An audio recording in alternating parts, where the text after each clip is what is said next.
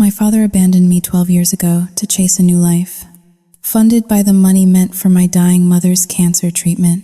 Last month, he returned, not to apologize, but to demand ownership of the house I have spent my entire adult life protecting. I called the police, but legal papers cannot stop a man who has no conscience. I am sitting in the living room now, surrounded by the silence I fought so hard to keep. I won. I hold the title deed to this Victorian estate, and he is sitting in a prison cell where he belongs. But victory tastes like ash. To save my grandparents from his greed, I had to cross lines that can never be uncrossed. I had to become the very monster I despised. My grandfather is gone because of the stress I caused. My grandmother does not even remember my name anymore. People online call me a hero for standing my ground. But when I look in the mirror, I only see the wreckage of a family I destroyed in order to save. I ask you, is it really justice if you lose everyone you love in the process? What would you have done? My name is Ava, and I am a ghost in my own home. I am 28 years old, a freelance graphic designer by trade, but my full-time occupation is vigilance. I live in the Queen Anne neighborhood of Seattle, Washington, in a sprawling 3-story Victorian home that smells of lemon polish, old paper, and impending disaster. From the street, the house looks like a postcard of the American dream. Intricate gingerbread trim, a manicured lawn that satisfies the strictest homeowners association guidelines, and a warm, inviting glow emanating from the bay windows. But that is just the skin. The skeleton is wired with paranoia. I sat in my workspace on the second floor, the glow of 3 high-definition monitors illuminating my face in the dim room. Outside, the rain was relentless, a standard Seattle gray that seemed to wash the color out of the world. On my center screen, I was not looking at Adobe Illustrator or a client's branding kit. I was looking at the feed from Camera 4, hidden discreetly inside the antique grandfather clock in the downstairs hallway. My grandfather, Arthur, was sitting in his favorite leather armchair, struggling to open a child-proof bottle of vitamins. My grandmother, Martha, was humming a tune from the 50s while folding laundry on the sofa. They looked peaceful. They looked safe to anyone else. This was a portrait of a loving family evening. To me, it was a security risk. I zoomed in on the feed. My grandfather's hands were shaking more than usual today. A tremor. A weakness. That weakness was exactly what I was guarding. I was not just their granddaughter. I was the firewall between them and the vultures. You are obsessed. Ava, a friend had told me once, before I stopped returning her calls. It is not healthy to watch your own family like they are lab rats. She did not understand. You do not install security cameras because you hate the people inside. You install them because you know the monsters outside are real.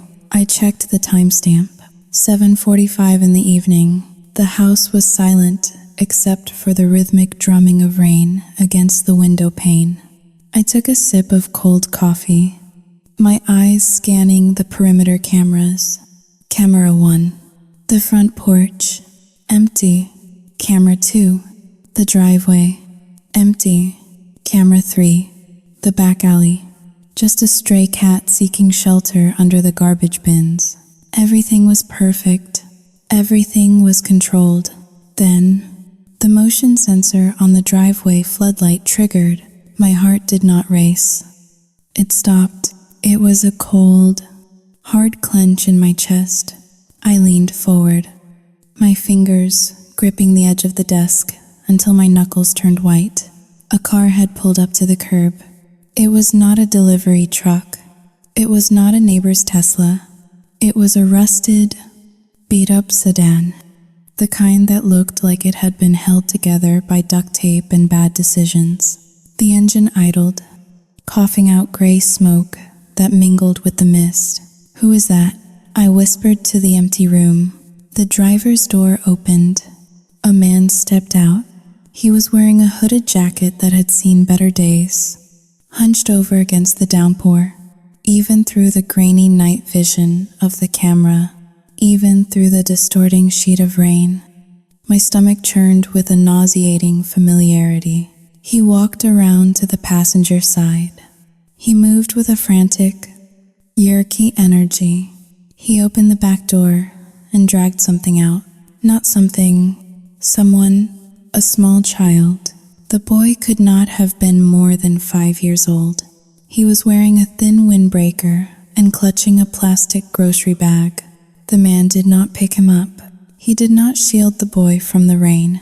He just grabbed the child's upper arm and marched him up the walkway toward our front porch.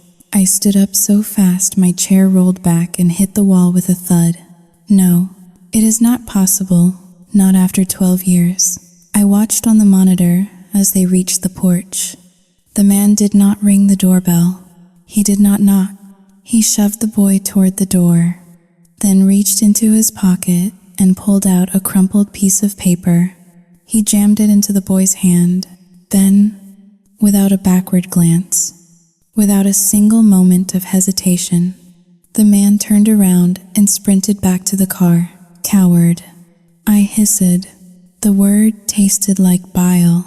The car screeched away, tires spinning on the wet asphalt, leaving nothing behind but the exhaust fumes and a small, trembling figure standing alone on our welcome mat. I did not run downstairs. I walked. I needed those few seconds to lock away my emotions, to build the wall of ice that had protected me for over a decade. By the time I reached the foyer, I heard the soft, confused voice of my grandmother. "Arthur, did you hear a car?" I stepped past them, ignoring their questions, and unlocked the heavy oak front door. The wind howled as I swung it open, blowing rain into the entryway. The boy was standing there, soaked to the bone. His hair was plastered to his forehead, and he was shivering so violently his teeth were chattering. He looked up at me with wide, terrified eyes. He had the same nose, the same jawline. He looked like a miniature version of the man who had destroyed my childhood. "Ava?" My grandmother appeared behind me, clutching her shawl. "Who is?" "Sao Yu, Jinghao, Ling." "Deva, oh my God." The boy held out the wet, crumpled piece of paper. His fingers were red from the cold. I snatched the note from his hand. The ink was running, but the handwriting was unmistakable. It was the jagged, rushed scrawl of a man who never took responsibility for anything in his life. Sarah had a medical emergency. Complications with the baby. Ambulance took her. I have to go to the hospital. Keep him for me. Do not call the police. That was it. No, please. No, I am sorry. Just a demand. Who is he? Ava? My grandfather asked, leaning heavily on his cane, peering through his thick glasses. He is a delivery, I said coldly. Staring at the boy, a mistake returned to sender. The boy started to cry. It was not a loud tantrum. It was a soft, high-pitched, keening sound that grated on my nerves. "Oh, you poor thing," Martha gasped. Her maternal instincts, dormant but never extinguished, flared to life instantly. She pushed past me, ignoring the rain soaking her slippers, and ushered the boy inside. Come in out of the cold. Arthur, get a towel. Hurry, Grandma, do not. I said, my voice sharp. Do not let him in. She stopped and looked at me as if I had just slapped her. Ava, look at him. He is freezing. He is just a baby. He is not just a baby, I said, blocking the hallway. He is Mark's baggage. If Mark is gone, this is a matter for the authorities. Mark? Arthur's voice trembled. Your father was here? He is not my father, I corrected instantly. And he was not here. He did a drop and run. Look at the note. I held up the soggy paper. He claims his new wife is dying or something. It is a lie. It is always a lie. The boy, Lucas, looked between us, water dripping from his nose onto the hardwood floor. Daddy said I have to stay. He whispered, Daddy is a liar. I told him. I did not crouch down to his level. I did not soften my voice. I spoke to him like an adult who had broken a contract. Ava, Martha scolded me, her voice shrill. She pulled Lucas into her arms, pressing his wet face against her expensive wool cardigan.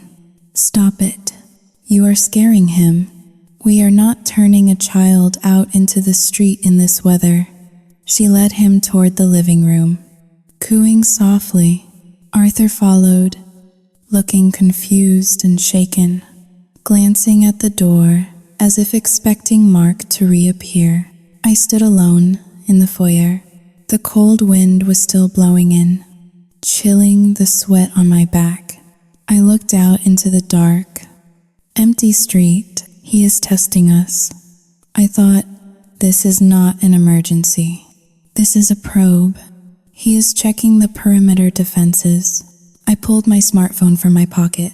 My thumb hovered over the emergency contact list.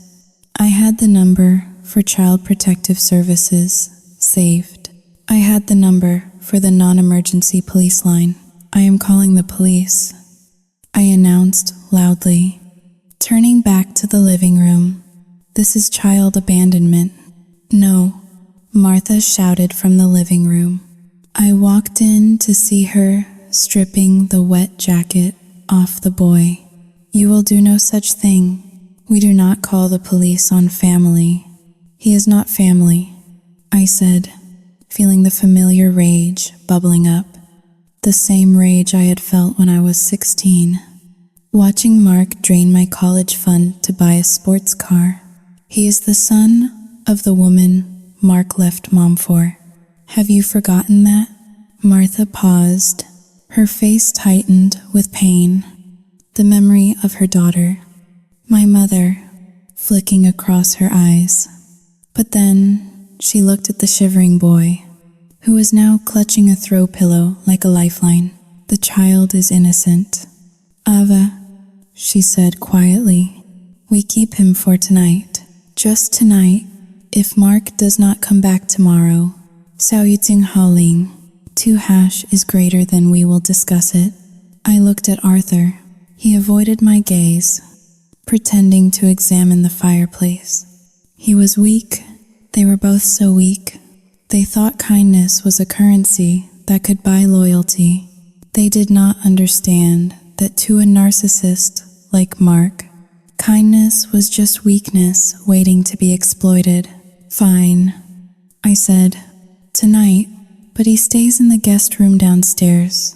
He does not go upstairs. And I am locking the silverware.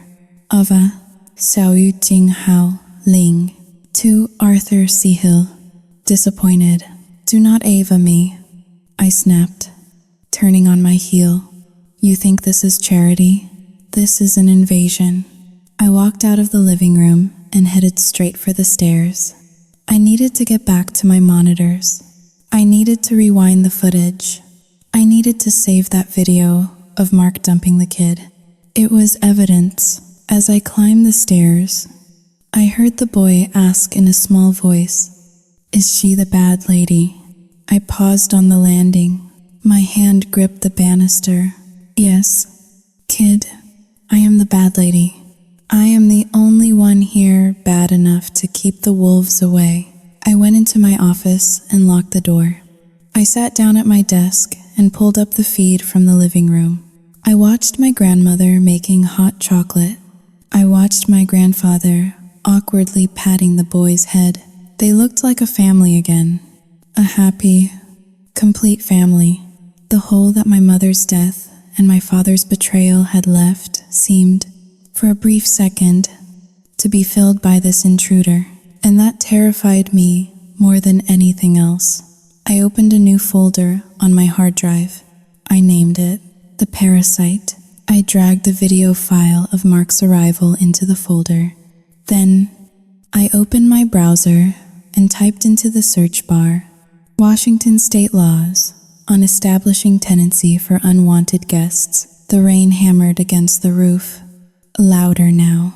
The Ziga had begun. 3 days. It took exactly 3 days for the meticulous ecosystem of my life to collapse into absolute chaos. Before Lucas arrived, our home operated on a schedule as precise as a Swiss watch.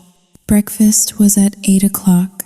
My grandfather, Arthur, read the Wall Street Journal in the sunroom. My grandmother, Martha, tended to her orchids. I worked in my office from 9 until 5. The house was a sanctuary of silence and order. Now, the house was a war zone.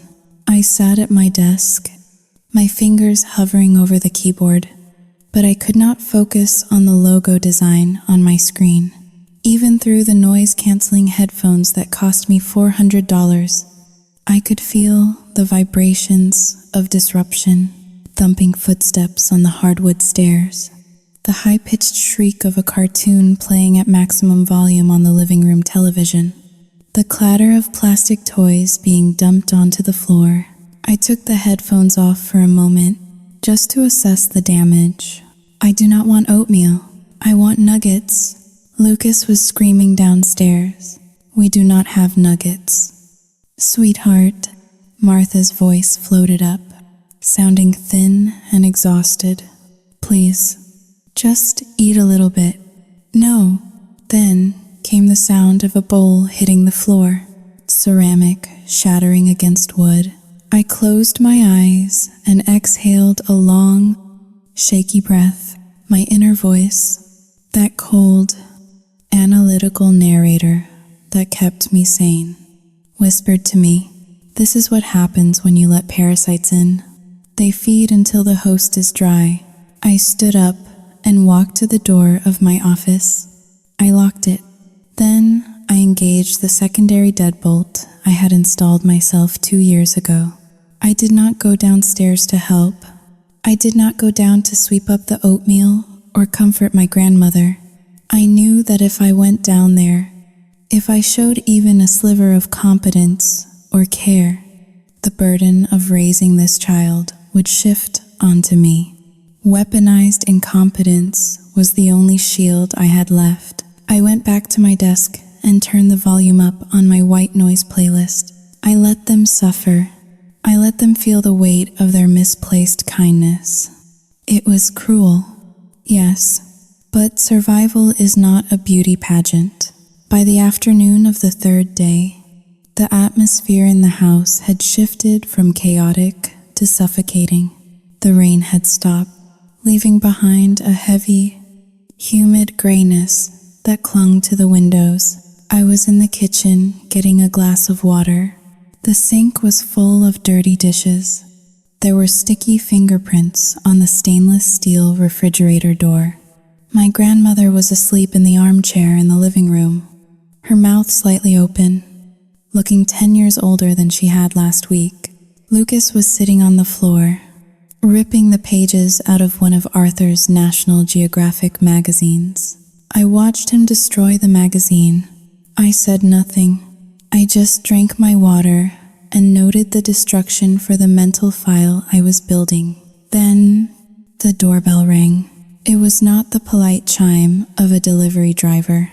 It was a persistent, demanding press.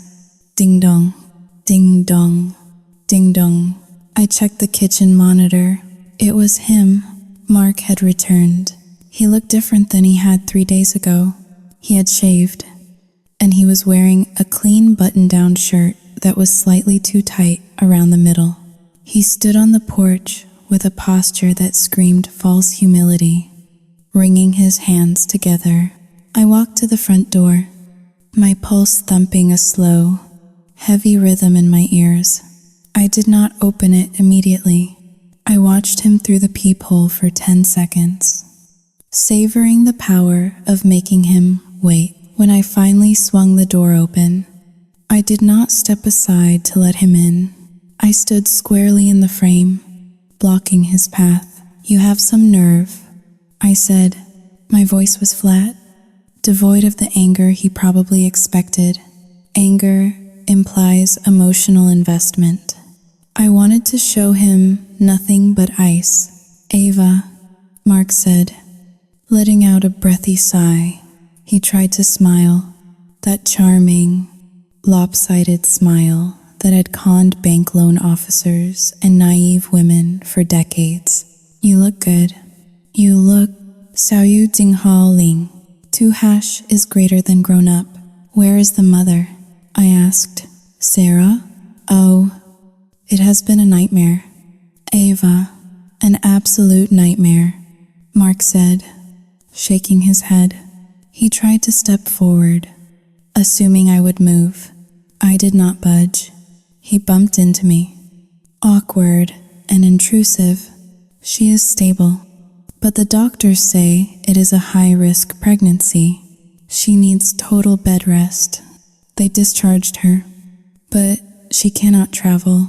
So, you came to pick up the kid," I said. "His bag is in the hallway. I will get it." Mark put a hand on the doorframe, preventing me from closing it. "Well, that is the thing. We cannot go back to our apartment. It is a 3rd-floor walk-up. Sarah cannot do stairs.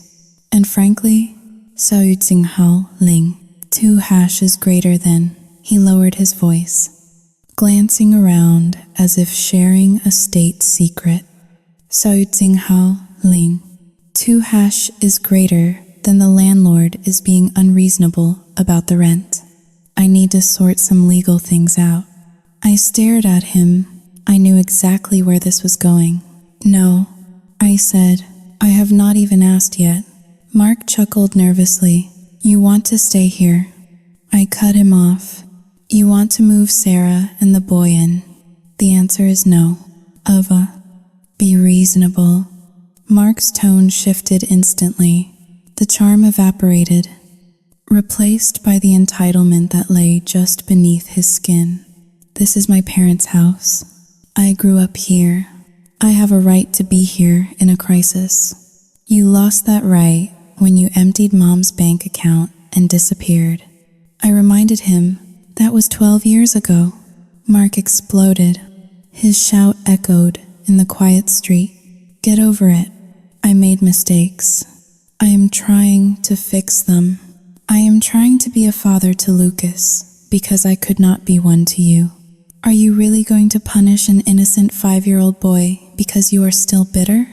There it was. The gaslighting. He was rewriting history, painting me as the villain who could not let go of the past, while he cast himself as the repentant sinner trying to do right. "Who is at the door?" Arthur's voice came from behind me. My grandfather shuffled into the hallway, leaning on his cane. When he saw Mark, his face crumpled. It was a mixture of joy and devastation that was painful to watch. "Mark?" Arthur whispered.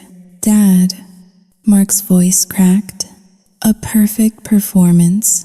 He pushed past me, ignoring my physical barrier, and embraced the old man.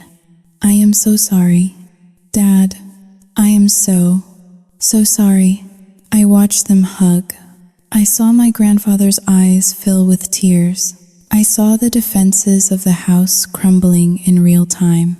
Mark looked over Arthur's shoulder at me, and for a split second, his expression changed. It was a smirk, a predator knowing he had found the weak link in the herd. "We need a place to stay." "Dad," Mark whispered loudly enough for me to hear, "just for a few weeks. Just until Sarah is back on her feet. I do not have anywhere else to go. I am broke. Dad, I am at rock bottom. Arthur pulled back, wiping his eyes. Of course, son, of course. This is your home. No, it is not, I interjected, stepping between them.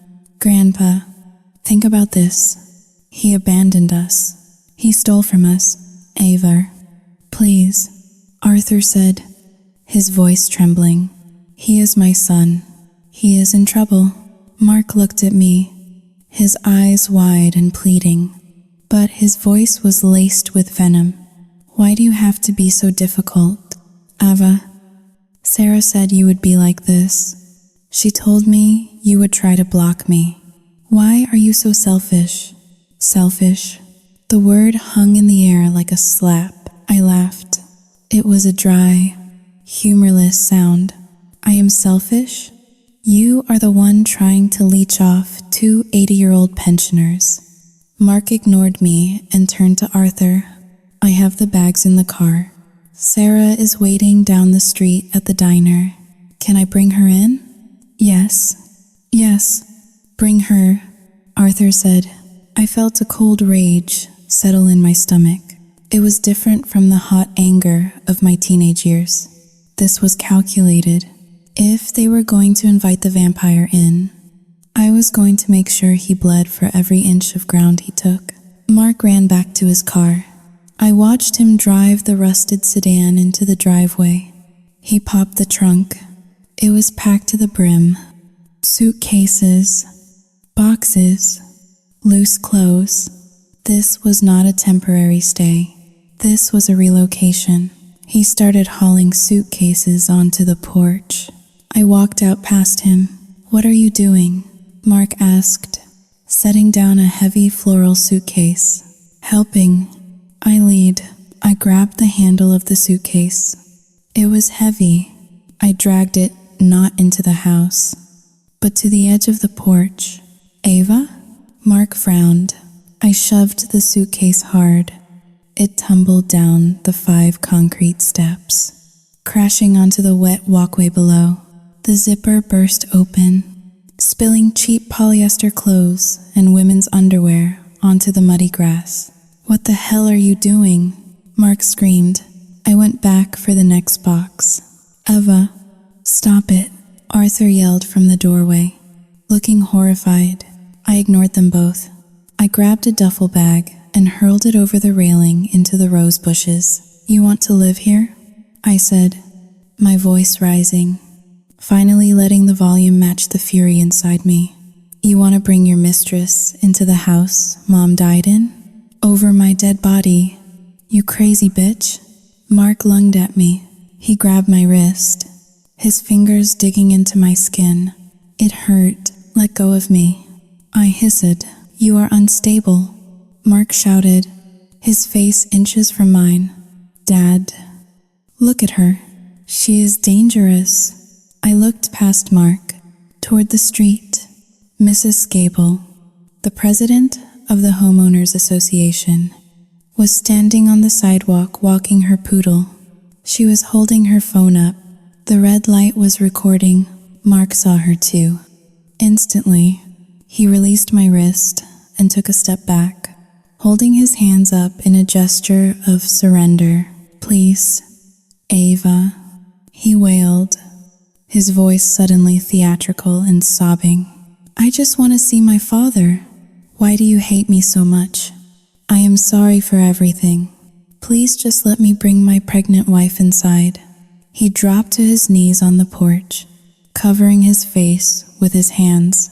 It was a masterclass in manipulation. To Mrs. Gable and her iPhone camera, he looked like a broken man begging for forgiveness. I looked like a monster throwing a tantrum. I stood there, breathing hard, my hair messed up from the wind, standing over my kneeling father and his scattered luggage. You are pathetic, I whispered. I turned and walked back into the house, brushing past my grandfather who was looking at me with deep disappointment. How could you? Ava, Arthur whispered. Everyone is watching. Let them watch, I said, though my hands were shaking as I locked the door behind me. I went straight upstairs to my room. I sat down and opened the neighborhood Facebook group on my computer. The video was already there, posted 3 minutes ago by concerned neighbor Janice Gable. Title: Heartbreaking Scene on Elm Street. Granddaughter attacks homeless father trying to reconnect. Where has the respect for elders gone? I watched the video. It was shaky. It showed me throwing the suitcase.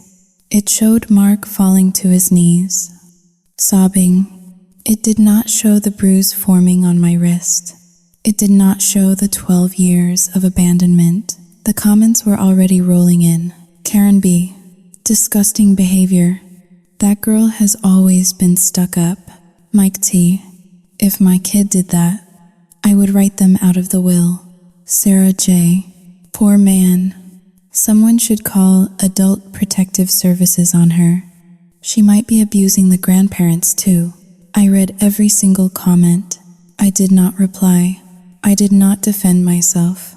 I saved the webpage as a digital document. I took a screenshot of the bruise on my wrist. Mark had won the first battle. He had turned the court of public opinion against me. He was inside the gates now. Downstairs, I heard the front door open again. I heard the clatter of luggage being brought inside. I heard a woman's voice. Hi, sweet and fake, greeting my grandfather. Sarah was here.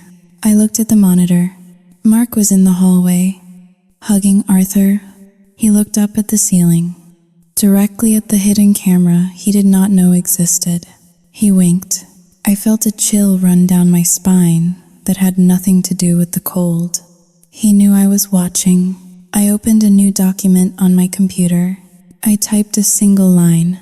Day 1 of the occupation. The enemy is comfortable. Initiate Protocol 0. I did not know what Protocol 0 was yet, but I knew I would have to invent it fast. Before they took everything, the invasion was not subtle. It was a hostile takeover, disguised as a medical emergency. By the end of the first week, the ground floor of our home had ceased to be the sanctuary of Arthur and Martha. It had become the personal kingdom of Sarah. She claimed that her doctor had ordered strict bed rest, a mandate she interpreted as permission to colonize the living room sofa permanently. She lay there like a beached whale, propped up by 6 of my grandmother's hand-embroidered pillows, surrounded by a fortification of snack wrappers, soda cans, and baby magazines. The air in the house used to smell of lavender and lemon wax. Now, it reeked of stale popcorn, cheap perfume, and that distinct, cloying scent of unwashed bodies in a humid room. I stood at the top of the stairs, looking down into the foyer. It was 2 o'clock in the morning. The house should have been asleep. Instead, the blue light of the television flickered against the walls, casting long, dancing shadows that looked like specters. They are like mold, I thought, my hand gripping the banister until my knuckles turned white. You do not see the damage until it has already eaten through the drywall. I retreated to my command center. My bedroom was the only sterile zone left, the only place where the oxygen felt clean. I sat in my ergonomic chair and woke up my monitors. The glow of the screens washed over my face, a digital balm for my fraying nerves. I pulled up the feed from the living room. Sarah was asleep, her mouth open, snoring softly. A half-eaten bag of cheesy chips was balanced precariously on her stomach, but Mark was not there. I switched to camera 5, which covered the dining room. There he was. The dining room was the heart of the house's history. It held the mahogany table where we had eaten Thanksgiving dinners for 30 years. Along the far wall stood the curio cabinet, a towering glass and wood structure that housed 3 generations of family heirlooms. It was my grandmother's pride and joy. She dusted it every Tuesday, handling each porcelain figurine and silver platter with the reverence of a museum curator. Mark was standing in front of the cabinet. He held a flashlight in his mouth, the beam cutting through the darkness. He was not admiring the craftsmanship. He was shopping. I watched, holding my breath, as he used a small metal tool to jimmy the lock on the glass door. It popped open with a silence that suggested he had done this many times before. "Got you," I whispered. He reached in, his hands, rough and greedy, bypassed the sentimental ceramic figurines. He went straight for the bottom shelf. He pulled out the sterling silver tea set. It was a wedding gift to my great-grandparents from 1920. It was heavy, ornate, and worth at least $4,000 in scrap metal alone. He wrapped the teapot in a dish rag he had pulled from his back pocket, then the sugar bowl, then the creamer. He moved with a practiced efficiency, stuffing the silver into a duffel bag at his feet. My finger hovered over the record button, but the system was already capturing every frame in high definition. I felt a cold surge of triumph mixed with nausea. This was it. This was the smoking gun. He was not a prodigal son seeking redemption. He was a thief stripping the copper wire out of the walls. But he did not stop at the silver. He moved to the drawer where my grandfather kept his war medals. The Purple Heart, the Bronze Star, medals Arthur had earned in Korea, paid for with shrapnel in his leg and nightmares that still woke him up at night. Mark scooped them up like they were loose change and dropped them into the bag. I stood up. The chair rolled back silently on the carpet. I could call the police right now. I could have a patrol car here in 10 minutes. I could watch them drag him out in cuffs. But then I looked at the other monitor. Camera 4 showed the hallway outside my grandparents' bedroom. The door was slightly ajar. If the police came, if sirens wailed and lights flashed, the shock might kill Arthur. His heart was operating at 30% capacity. A sudden trauma could trigger a fatal arrhythmia. Mark knew that. He was banking on it. He was using his own father's mortality as a human shield. I had to play this differently. I had to let them see the rot for themselves. The next morning, the house was deceptively bright. Sunlight filtered through the rain clouds, illuminating the dust motes dancing in the air. I walked into the kitchen at 8 o'clock. Mark was already there, cooking bacon. The smell of grease was overwhelming. He was whistling a cheerful tune, flipping rashers of bacon onto a plate as if he were the master of the house. "Morning, sunshine," he chirped, not turning around. "Coffee is fresh." I ignored him and went straight to the coffee pot. My grandmother was sitting at the kitchen table, staring blankly at her crossword puzzle. She looked frail. Her gray hair was unkempt, which was unlike her. Usually, she never left her bedroom without her hair perfectly pinned. "Grandma," I said softly, placing a hand on her shoulder. "Where is your tea set?" Martha blinked, looking up at me with watery, confused eyes. "What, dear?" "The silver tea set," I said, my voice steady but loud enough for Mark to hear. "The one in the dining room cabinet. The door is open, and the shelf is empty." Mark froze for a fraction of a second.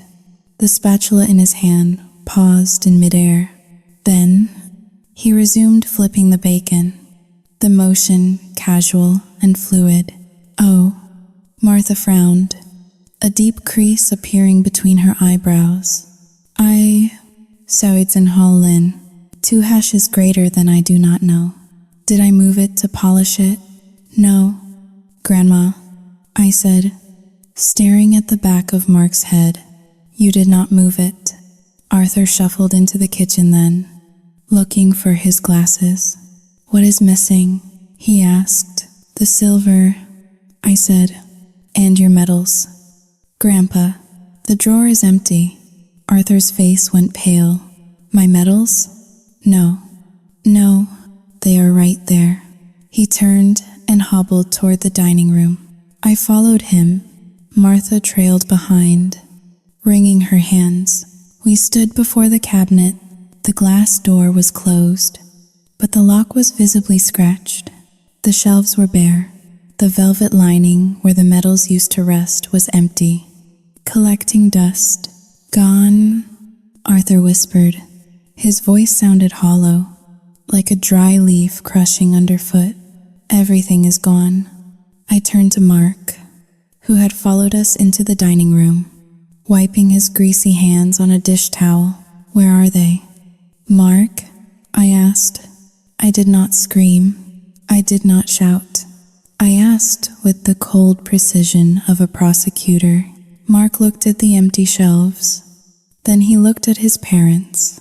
His face softened into an expression of gentle indulgence, the kind one uses with a toddler who has misunderstood a simple instruction. Dad. Mom, Mark said, his voice dripping with honeyed patience. Do you not remember? Remember what? Arthur asked, his hands trembling on his cane. We talked about this last night. Mark lied smoothly. He stepped forward and placed a hand on Arthur's shoulder. You said the house was too cluttered. You said you wanted to do something good with all this. Xiao Yu Jing Hao Ling. 2 hash is greater than stuff that just sits here gathering dust. You told me to take them to the charity drive at St. Mary's. I felt my jaw drop.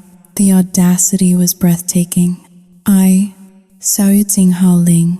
Dois Cardinal. Am I I did? Arthur looked at Martha. Did we say that? Martha? Martha looked panic-stricken. Her memory had been slipping lately, forgetting names, misplacing keys. But this was different. Mark was weaponizing her confusion. Xiao Yu Jing Hao Lin. 2 hash is greater than, I think we talked about charity. Martha stammered, her eyes darting around the room. We did talk about the orphans in the newsletter last week. Did we give them the silver? Yes. Mom. Mark nodded encouragingly. You were so generous. You said, Mark, take this silver. We never use it. Let it feed a hungry child. I was so proud of you. I took them down there first thing this morning, before you woke up. Liar, I said. The word cut through the room like a whip. Ava, Arthur snapped at me. He looked relieved, desperately clinging to Mark's narrative because the alternative, that his son was a thief, was too painful to accept. Do not speak to your father that way. If he says we gave them, then we gave them. My memory is not what it used to be. He is gaslighting you. I stepped between Mark and my grandfather. Grandpa, look at the lock. It is scratched. He broke in. He did not take them to St. Mary's. He sold them, or he is going to sell them. Mark Sahib, a long, weary sound of a man persecuted by an irrational child. Ava, I know you have trust issues. I know I hurt you. But why are you trying to poison my parents against me? Why can you not accept that they are generous, loving people? He turned to Sarah, who was watching from the living room sofa, chewing on a licorice stick. Sarah, honey, did you hear Mom and Dad talking about the donation last night? Oh, absolutely. Sarah chimed in, her mouth full. It was so sweet. I even cried a little. Arthur said the medals were just metal, but the money could save a life. It was a coordinated attack, a pincer movement on reality. I looked at my grandfather. He was nodding slowly, a look of peace washing over his face. He wanted to believe it. He needed to believe that he was a charitable hero, not a victim of elder abuse. that is right. Arthur muttered, just metal, just metal. I have it on camera. I said. The room went silent. Mark's eyes narrowed. The warmth vanished, replaced by a shark-like deadness. What? I have cameras, I said, pointing to the ceiling corner where a tiny black lens was hidden in the crown molding. I have video of you at 2 a.m, prying the lock open with a screwdriver. You did not talk to them. They were asleep. You stole them. Arthur looked up at the corner. He squinted. Cameras? You are filming us. Ava, for your safety, I pleaded. Because I knew something like this would happen. Mark's face twisted into a mask of righteous indignation. He turned to Arthur, his voice shaking with feigned betrayal. Dad, Sao Jing Haoling, 2 hashes greater than did you know about this? Did you know she was spying on you? Watching you in your own home like you are prisoners? Arthur looked at me with a mixture of horror and betrayal that broke my heart. Ava, Sao Jing Haoling, 2 hashes greater than, is this true? You watch us? I am protecting you, I said, my voice cracking. Look at the footage. Just look at the footage and you will see the truth. I do not want to see it, Arthur shouted, slamming his cane against the floor. I do not want to be spied on. This is my house. I have a right to privacy. She is sick. Dad, Mark whispered, stepping in close to comfort him. I told you, she is obsessed. She has been poisoning your mind. She probably edited that video, or Sao Jing Haoling, Tuo, or made it up. Who installs cameras in their grandparents' house? Only someone who wants to control them. Take them down, Arthur commanded, pointing a shaking finger at me. Take them all down. Now, Grandpa, please. Sao Jing Haoling, or Jing Hao Dayu. Now, he roared. I took a step back. I looked at Mark. He was hugging his father, rubbing the old man's back over Arthur's shoulder. Mark looked directly at me. He smiled. It was a small, tight smile of absolute victory. He had turned my shield into a weapon. He had convinced the sheep that the sheepdog was the wolf.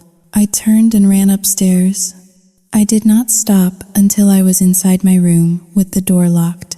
I slid down against the wood, pulling my knees to my chest. My hands were shaking uncontrollably. I could hear them downstairs. Sarah laughing, Mark murmuring comforting lies, the television volume going back up. They were erasing me.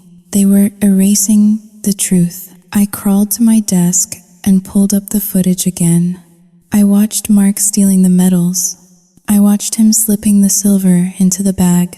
I will not delete it, I whispered to the screen. I will never delete it, but I knew I could not use it. Not yet. If I showed it to the police now, Arthur would deny it. He would say he gave permission. He would protect his son until there was nothing left to protect. I needed something undeniable. I needed something that even a father's blind love could not excuse. I looked at the file I had started, the parasite. I opened a new subfolder. I named it the DNA. If Mark was willing to steal his father's past, he was certainly lying about his own future. I thought about Lucas, the little boy with the sad eyes who wandered the house like a ghost. Mark claimed Lucas was his stepson. He claimed Sarah was the boy's stepmother. But the way Sarah looked at the boy, Sao Jing Haoling, 2 hashes greater than it was, not with indifference. It was with annoyance. Yes, but a familiar annoyance. And the boy, Sao Jing Haoling, 2 hash is greater than he had Mark's ears. He had Sarah's chin. I reached into my desk drawer and pulled out a sterile plastic bag and a pair of tweezers. I waited until nightfall. I waited until the house was filled with the sound of snoring. I crept out of my room. The hallway was dark. I moved like a shadow, silent on the carpet. I went to the guest room where Lucas slept. The door creaked softly as I pushed it open. The room smelled of damp wool. Lucas was curled up in a ball under the quilt, his thumb in his mouth. I approached the bed. My heart was hammering against my ribs like a trapped bird. This was a violation. I knew it, but I was fighting a war. And in war, there are no clean hands. I gently reached out with the tweezers. I found a loose strand of hair on his pillow, then another. I carefully plucked a hair from his head. Root attached. He stirred, whimpering in his sleep, but he did not wake. "I am sorry," I whispered into the darkness, "but the truth is, the only thing that can save us now." I sealed the hair in the bag. As I turned to leave, I saw something under the bed. It was the silver teapot. Mark had not taken it to charity. He had not even taken it out of the house yet. He had stashed it under his son's bed, framing the child in case it was found. A wave of pure, cold hatred washed over me. It clarified my mind. It slowed my heart rate. Mark was not just a thief. He was a monster, and I was going to be the one to slay him. The house did not fall apart all at once. It eroded, grain by grain, like a sandcastle facing a rising tide. I spent the next 48 hours in a state of digital siege warfare, while Mark and Sarah colonized the downstairs, turning my grandmother's pristine sanctuary into a den of sloth. I retreated to the virtual world. I needed to know where the money was coming from. Mark had arrived with holes in his shoes, yet suddenly there were deliveries of pizza, cases of beer, and new maternity clothes for Sarah arriving daily. I found the answer on Tuesday night. I had installed a keystroke logger on the household wireless internet router years ago. It was another one of my paranoid measures that everyone called crazy until they needed it. I filtered through the traffic coming from Mark's cheap smartphone. It was mostly online gambling sites and sports forums. But there was one recurring domain, eBay. I clicked the link. It led to a seller profile named Lucky Strike 90.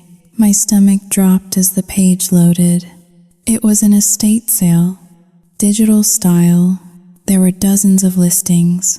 Item number 1, vintage sterling silver tea set, Victorian era, heavyweight, current bid, $350. Item number 2, Korean War service medals, Purple Heart, authentic, current bid, $80. I stared at the screen, my vision blurring. He was selling my grandfather's blood for the price of a tank of gas. The Purple Heart was not just a piece of metal. It was the shrapnel in Arthur's leg. It was the friends he watched die in the mud of Incheon. And Mark, his own flesh and blood, had listed it with a description that read, "Cool, military collectible, good condition." I wanted to scream. I wanted to run downstairs and smash his phone against the wall. But I knew that would only play into his narrative. Ava is unstable. Ava is violent. I took screenshots. I downloaded the webpage source code files of the listings. I traced the PayPal account linked to the profile. It was registered to a Sarah Jenkins. They were in this together, a parasitic team. I needed to mail the genetic sample I had collected from Lucas. The kit was sitting on my desk, sealed and ready. I waited until I heard the shower running downstairs, Mark singing loudly off-key, before I slipped out of the house.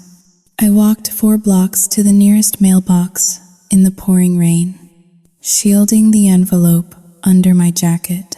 When I dropped it into the blue metal box, I felt a grim sense of finality. That envelope was a missile, When it landed, it would blow the crater wide open. But when I returned to the house, I realized the war had escalated on the home front. The driveway was full. There was a pickup truck with a rusted bumper sticker that read, "Don't tread on me," parked on the lawn. Not the driveway. The lawn. There were 2 other sedans blocking the sidewalk. I could hear the bass before I even opened the front door. It was a low, thumping rhythm that shook the window panes. I unlocked the door and stepped into a nightmare. The air was thick with smoke. Not just cigarette smoke, but the sweet, skunky smell of marijuana. My grandmother's living room, usually a place of hushed tones and classical music, was packed with strangers. There were 5 or 6 people I had never seen before.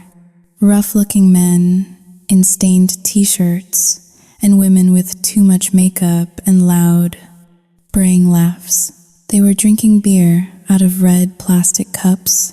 Someone had spilled salsa on the Persian rug. "Hey, the landlord is home," a man with a goatee shouted, raising his cup at me. Mark was in the center of the room, holding court. He had a beer in one hand and a cigarette in the other. He was ashing directly onto the floor. "Mark," I shouted over the music. He turned, his eyes glassy and unfocused. He grinned. "Ava, come join the party. These are some old friends from the track. We are celebrating life. Get them out," I said, my voice shaking with fury. "Get them out now. Relax." "Buzzkill," Sarah called out from the recliner. She was rubbing her belly, looking smug. "Stress is bad for the baby." I looked around for my grandparents. The door to their downstairs master bedroom was closed tight. I could only imagine them huddled inside, terrified of the invasion in their own living room. "You are smoking in the house," I said, stepping toward Mark. "Grandpa has asthma. You know that the window is open," Mark said, gesturing vaguely with his cigarette. "Do not be such a Karen. Ava, if you do not clear this house in 5 minutes, I am calling the police," I warned. The man with the goatee laughed. "Oh, she is calling the police." I am shaking. Mark stepped closer to me. The smell of stale beer and tobacco on his breath made me gag. He lowered his voice, dropping the friendly act. "You call the police, and I will tell them you attacked Sarah. Who do you think they will believe? The pregnant woman or the psycho who throws suitcases? Try me," I said. I turned and walked into the kitchen. I pulled out my phone and dialed the non-emergency line. My hands were trembling so hard I almost dropped the device. "Dispatch. This is a noise complaint and potential drug use at 342 Oak Street." I said clearly. "There are strangers in the house, and the elderly homeowners are in distress." I waited. It took 20 minutes for the patrol car to arrive. In that time, the party did not stop. If anything, it got louder. They were mocking me. They knew the system better than I did. They knew exactly how far they could push before crossing the line into criminal behavior. When the red and blue lights finally flashed through the front window, the music cut out instantly. "Showtime," Mark whispered. He stubbed out his cigarette in a potted plant. He grabbed a bottle of water and splashed some on his face to look more sober. He waved at his friends to sit down and look normal. The doorbell rang. I rushed to answer it, desperate to be the first one to speak. 2 officers stood there. One was an older man with a weary face. The other was young, probably a rookie. "Officers," I said, breathless. "Thank God. You have to get them out. They are trespassing. They are smoking marijuana in front of a pregnant woman and elderly people." The older officer looked past me into the living room. Mark was walking toward us, his arms open, a look of contrite apology on his face. Officers, I am so sorry, Mark said. His voice was steady, calm, the picture of a responsible adult. We were just having a little housewarming get-together. My daughter here, Toyuting Haling. Tuhash is greater than she is a bit sensitive to noise. Sensitive? I snapped. You have strangers in here doing drugs. Drugs? Mark laughed softly. Officer, we are drinking beer. We are watching the game. My wife is pregnant. For God's sake, we are not doing drugs. The officer sniffed the air. It smells like smoke in here. I know. Mark said. My buddy stepped outside to smoke, but the wind blew it back in. I told him to cut it out. We were just wrapping up anyway. He is lying, I shouted. Check the rug. There is ash on the rug. And look at them. I pointed at the guests, who were now sitting quietly, looking like choir boys. Ma'am, please lower your voice, the rookie officer said, his hand resting on his belt. He is selling my grandfather's medals on eBay. I blurted out. It was the wrong thing to say. It sounded disjointed, hysterical. The older officer exchanged a look with his partner. The look said, domestic dispute, crazy daughter. Ma'am, the older officer said, turning to me, is this your house? It is my grandparents' house. I said, but I live here. I take care of them. And is he your father? He asked, pointing at Mark. Yes, but Sao Jinghao Ling, R Jinghao Daiyu. And does he have permission from the homeowners to be here? My dad said he could stay, I admitted, but not like this, so he is a resident. The officer concluded, and these are his guests. Ma'am, unless there is a direct threat of violence or evidence of illegal narcotics in plain sight, we cannot kick people out of their own home. It is barely 9:30, but the weed, Sao Jinghao Ling, R Jinghao Daiyu. I do not smell weed. Ma'am, the officer said firmly. I smell cigarette smoke, which is legal. I felt the walls closing in. I looked at Mark. He was standing behind the officer, and he gave me a look of pure pity. It was the most condescending expression I had ever seen. I am really sorry. Officers, Mark said, Ava has been going through a lot lately. She is off her medication. We are trying to get her help. I am not on medication. I screamed. Okay, that is enough.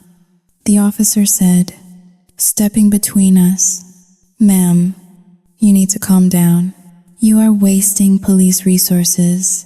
If we have to come back here tonight, someone is going to the station, and it will not be the guy watching football. He turned to Mark. Keep the noise down. Sir, good night. Absolutely. Officer, thank you for your service. The door closed. The lock clicked. The silence that followed was heavier than the music. Mark turned to me. The pity vanished. His face was hard and cold. You embarrassed me in front of my friends. He said, you are selling the medals. I whispered, I am doing what needs to be done to survive. Mark hissed, something you would not know about. Sitting in your ivory tower with your trust fund grandparents. He walked back into the living room. Party is over. Guys, the princess called the cavalry.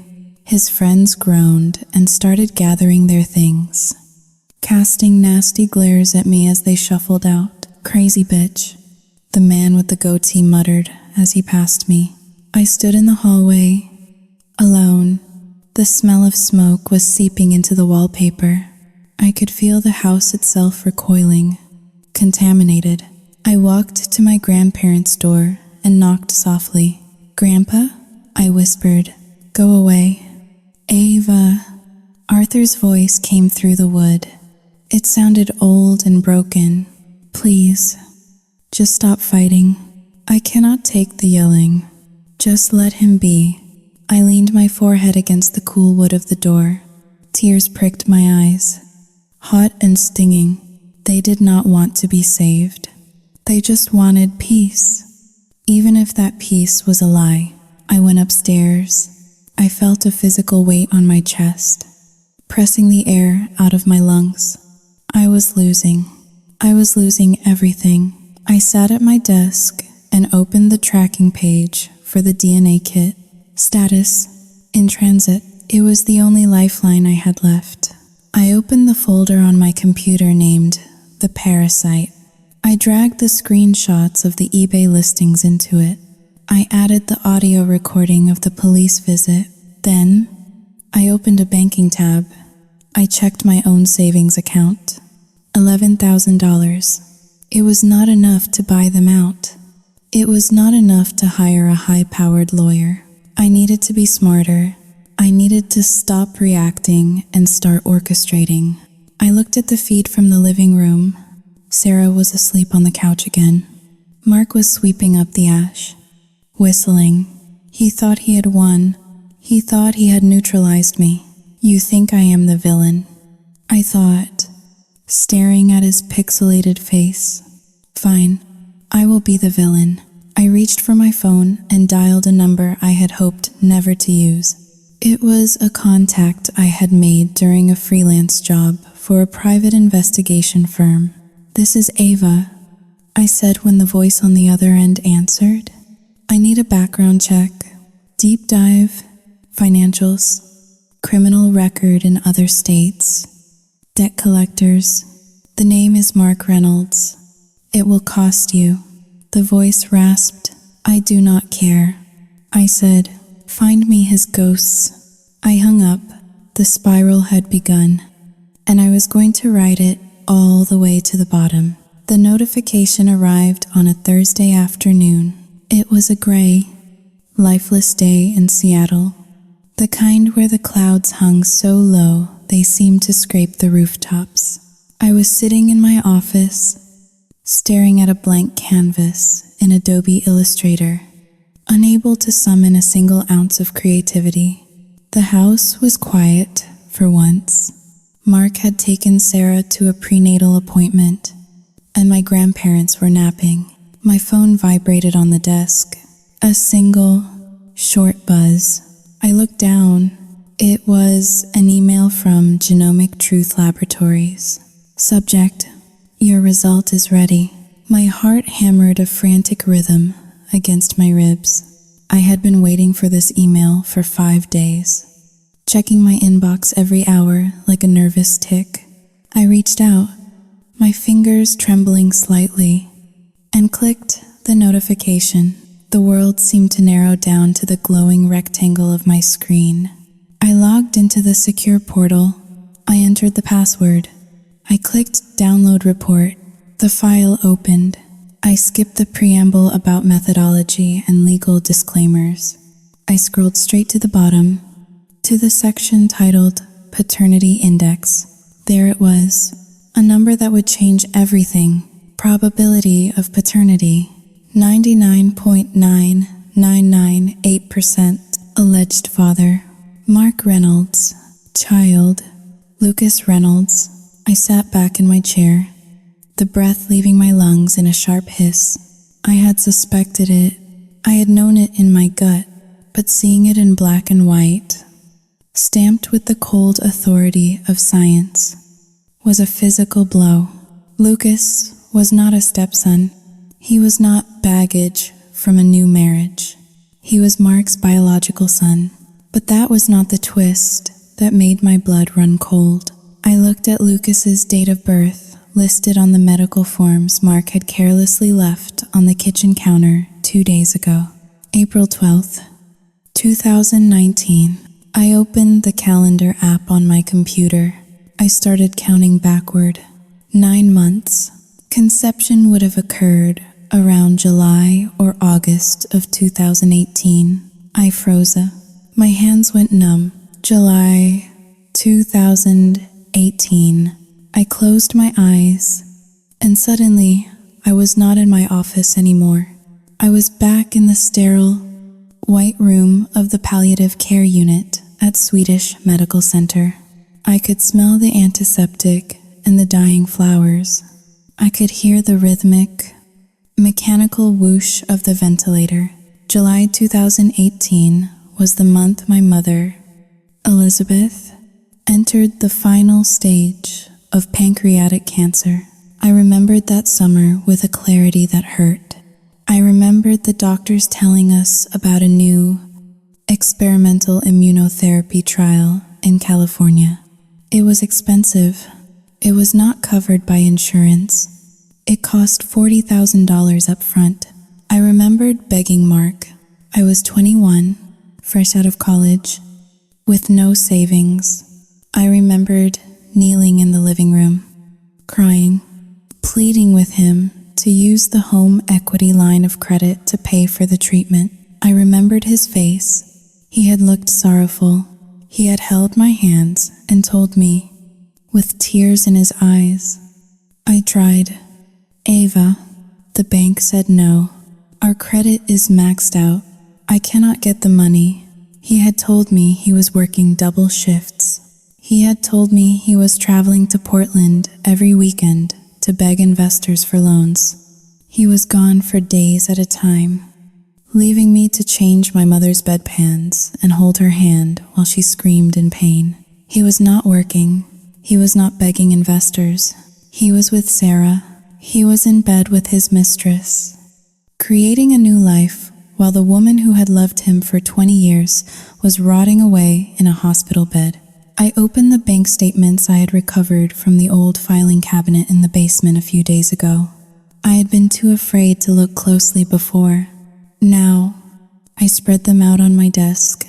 July 15th, 2018, a withdrawal of $5,000.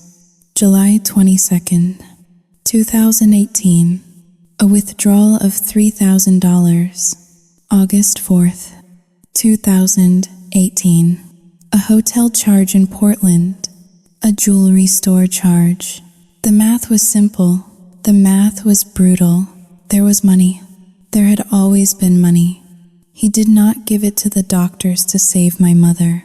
He spent it on hotel rooms, diamond earrings, and expensive dinners for Sarah.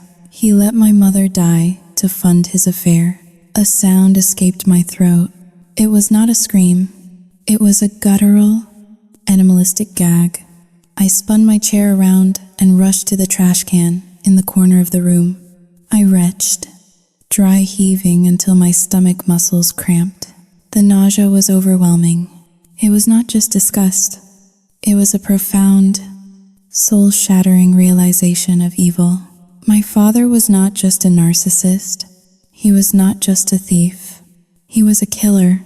He had made a choice between his wife's life and his mistress's comfort, and he had chosen the mistress. I sat on the floor, wiping my mouth with the back of my hand. I stared at the ceiling fan, spinning lazily above me. Everything made sense now. The reason he abandoned me right after the funeral. He did not leave because of grief. He left because Sarah was pregnant with Lucas. He ran away to start his new family with the money he had stolen from my mother's dying breath. And now, 5 years later, having squandered every cent, he was back. He had returned to the scene of the crime, dragging the living proof of his betrayal, Lucas, into the house where my mother's ghost still lingered. "You monster," I whispered. I stood up. My legs felt heavy, like they were made of lead. But my mind was sharpening into a diamond-hard point. The front door slammed downstairs. "We are back." Mark's voice boomed through the house, cheerful and oblivious. "Sarah is craving pizza. Ava, you want anything?" The sound of his voice triggered a chemical change in my brain. The sadness evaporated. The grief that had weighed me down for 5 years. The desperate need for his approval. The confusion. It all burned away in an instant. What was left was cold. pure hatred. I walked to the mirror hanging on the back of my door. I looked at myself. My face was pale. My eyes were red-rimmed. I looked like a victim. I splashed cold water on my face from the ensuite bathroom sink. I brushed my hair. I applied a layer of red lipstick, my mother's favorite shade. I was done being the scared daughter hiding in her room. I was done worrying about keeping the peace for the sake of my grandparents' blood pressure. Peace was a luxury we could no longer afford. I was going to destroy him. I walked out of my room. I did not lock the door this time. I walked down the stairs, my hand gliding over the banister. Mark was in the kitchen, unpacking a bag of takeout. Sarah was already sitting at the table, rubbing her belly. "Hey, kiddo," Mark said, glancing up. "You look Hao Ling, too intense." I stopped in the doorway. I looked at Lucas, who was playing with a toy car on the floor. The boy who was my half-brother. The boy whose existence cost my mother her life. It was not his fault. I knew that, but looking at him made my skin crawl. "I know," I said. Mark paused, a slice of pepperoni pizza halfway to his mouth. "You know what? I know about Lucas," I said. My voice was frighteningly calm. It did not sound like my voice. It sounded like a judge reading a death sentence. Mark's smile faltered. "What about him? That he is a handful?"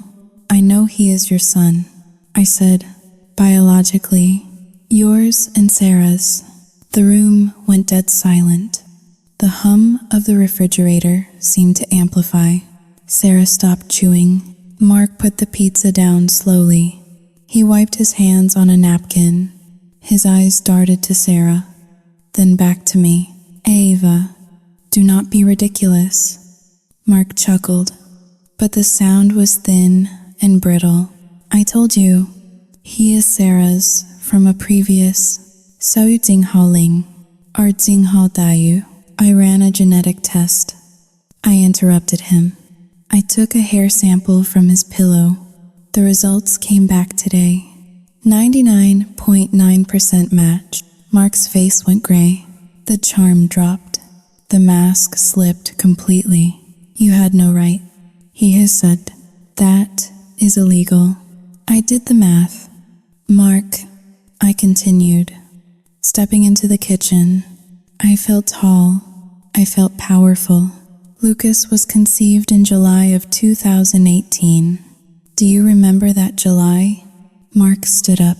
He knocked his chair back. "Stop it. That was the month Mom went into hospice." I said, "That was the month you told me we had no money for the trial treatment. That was the month you were on those business trips." "Shut up, Ava," Mark shouted, his hands curled into fists. "You let her die." I said. I did not shout. I whispered it, making him lean in to hear the accusation. "You took the money that could have saved her, or at least bought her more time, and you spent it on her." I pointed a shaking finger at Sarah. Sarah looked down at her plate, refusing to meet my eyes. "You do not know what you are talking about," Mark roared. He was panicking now. He looked toward the living room, checking if his parents were around. It was complicated. I was in love. Your mother was already gone. She was still breathing. I screamed, finally losing my composure. "She was asking for you. She died calling your name. And you were in a motel room, making a baby with your mistress?" "Ava," Arthur's voice cracked from the hallway. We all turned. My grandfather was standing there, clutching his chest. My grandmother was behind him, her hand over her mouth. They had heard everything. Mark's face transformed instantly. He held out his hands toward Arthur. "Dad." I listened to me. "She's lying. She is twisting everything." It was not like that. Arthur looked at his son for the first time in my life. I did not see love in his eyes. I saw horror. Is the boy yours? Arthur asked, his voice trembling. Mark hesitated. He looked at the genetic test I was holding in my hand. He knew he was cornered. Yes, Mark whispered. Yes, he is mine. But Dad, I wanted to give you a grandson. Ava, Sao Yu Ting Hao Ling. To hash is greater than Ava was always so difficult. I wanted to start over. Is that a crime? Wanting a family? Arthur closed his eyes. He swayed slightly. And the money? Elizabeth's surgery money? There was no money. Mark lead. Desperate. The bank denied us. Ava is making that up. I have the bank statements. Grandpa, I said, holding up the second sheaf of papers. Withdrawals, hotels, jewelry, all from the joint account. Arthur opened his eyes. He looked at Mark. He looked at the papers in my hand. Get out, Arthur whispered. Dad? Mark took a step forward. Get out of my house, Arthur screamed. It was a sound I had never heard him make. It was a roar of pure, agonizing betrayal. Mark froze. He looked at his father, then at me. His eyes narrowed into slits of pure venom. He realized the game was up. He realized the innocent victim act would no longer work. He straightened his spine. He rolled his shoulders back. The pathetic, begging son vanished. In his place stood the man I had always known he was. Cold, entitled, and cruel. No, Mark said calmly. What did you say? Arthur gasped. I said no. Mark repeated. He walked over to the kitchen counter and picked up an apple. He took a bite, chewing slowly, staring us down. I am not going anywhere. This is my legal residence. I have established tenancy. I have mail delivered here. I have a child here. I will call the police. I threatened. Go ahead. Mark laughed. Tell them what? That I cheated on my wife 5 years ago? That is not a crime. Sweetheart, that is just life. As for the money, it was a joint account. I had every right to spend it. He turned to Sarah. Finish your pizza. Honey, we are not going anywhere. He looked back at Arthur, who was leaning against the wall, pale as a sheet. You want me out? Mark sneered. You will have to evict me, and in this state, with a pregnant woman and a minor child. That will take at least 6 months, maybe a year. He took another bite of the apple. So, get comfortable, Mark said. We are family. After all, I looked at him. I looked at the smug satisfaction on his face. He thought he had played a trump card. He thought the law protected him. He was right about the law, but he was wrong about me. I looked at my grandfather, who was broken. I looked at my grandmother, who was weeping silently. Mark had declared war. He had taken the nuclear option. Fine, I thought. You want to play dirty? You want to hide behind the law? I felt a coldness settle in my chest, a dark, icy resolve that scared me. I was no longer the girl who installed cameras to watch. I was the girl who was going to burn the infection out, even if I had to burn the house down to do it. You are right, Mark, I said softly. He looked surprised. I am? You are family, I said, and I am going to treat you exactly how you treated Mom. I turned and walked out of the kitchen. I went to the fuse box in the hallway. I opened the panel. I flipped the master switch for the downstairs power. The lights went out. The refrigerator hum died. The television silenced. Hey, Mark shouted from the darkness. I walked up the stairs to the second floor, which was on a separate circuit. I stood at the top of the landing, looking down into the black abyss of the first floor. This was no longer a home. It was a battlefield. and I had just fired the first shot of the real war. The house was severed in two. Upstairs, where I stood, the lights were blazing. The hallway sconces cast a warm, golden glow on the floral wallpaper. My monitors hummed with electricity. The air handler pumped warm heat through the vents. It was civilization. Downstairs, it was the Stone Age. Since I had flipped the breaker 2 hours ago, the ground floor had been plunged into darkness and cold. The late autumn chill of Seattle seeped through the window panes, settling into the floorboards. I could hear them moving around down there, bumping into furniture, cursing in hushed tones. I sat on the top step of the staircase, a dossier of papers in my lap. I was not just holding paper. I was holding ammunition. In my hands were the bank statements proving Mark had drained my mother's cancer treatment fund. Beneath that were the screenshots of the eBay listings where he was pawning off my grandfather's war medals. And at the bottom, the genetic test results that proved Lucas was the product of infidelity while my mother lay dying. I felt like a sniper on a rooftop, waiting for the target to step into the crosshairs. My inner voice, usually sharp and analytical, was quiet. In its place was a cold, vibrating hum of adrenaline. I told myself this was justice. I told myself that when I walked down those stairs and laid the truth out on the dining table, my grandparents would finally see the light. They would see the monster hiding behind the mask of their prodigal son. But deep down, a tiny part of me was terrified. I was terrified because I knew that truth does not always set you free. Sometimes, it just burns the house down. Ava? My grandfather's voice floated up from the darkness below. It sounded weak, trembling with a mixture of cold and fear. Turn the lights back on. Please, he called out. Your grandmother is freezing. She cannot find her heart medication. I stood up.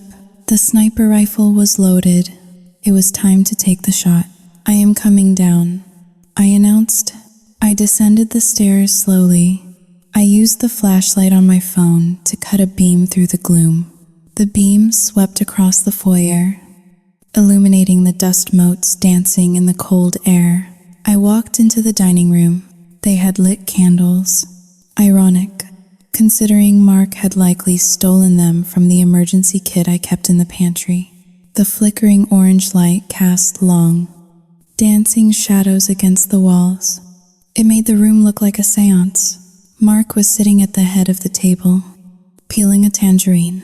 Sarah was huddled under a duvet on the floor, using her phone as a light source. Arthur and Martha sat huddled together at the far end, wrapped in blankets, looking like refugees in their own home.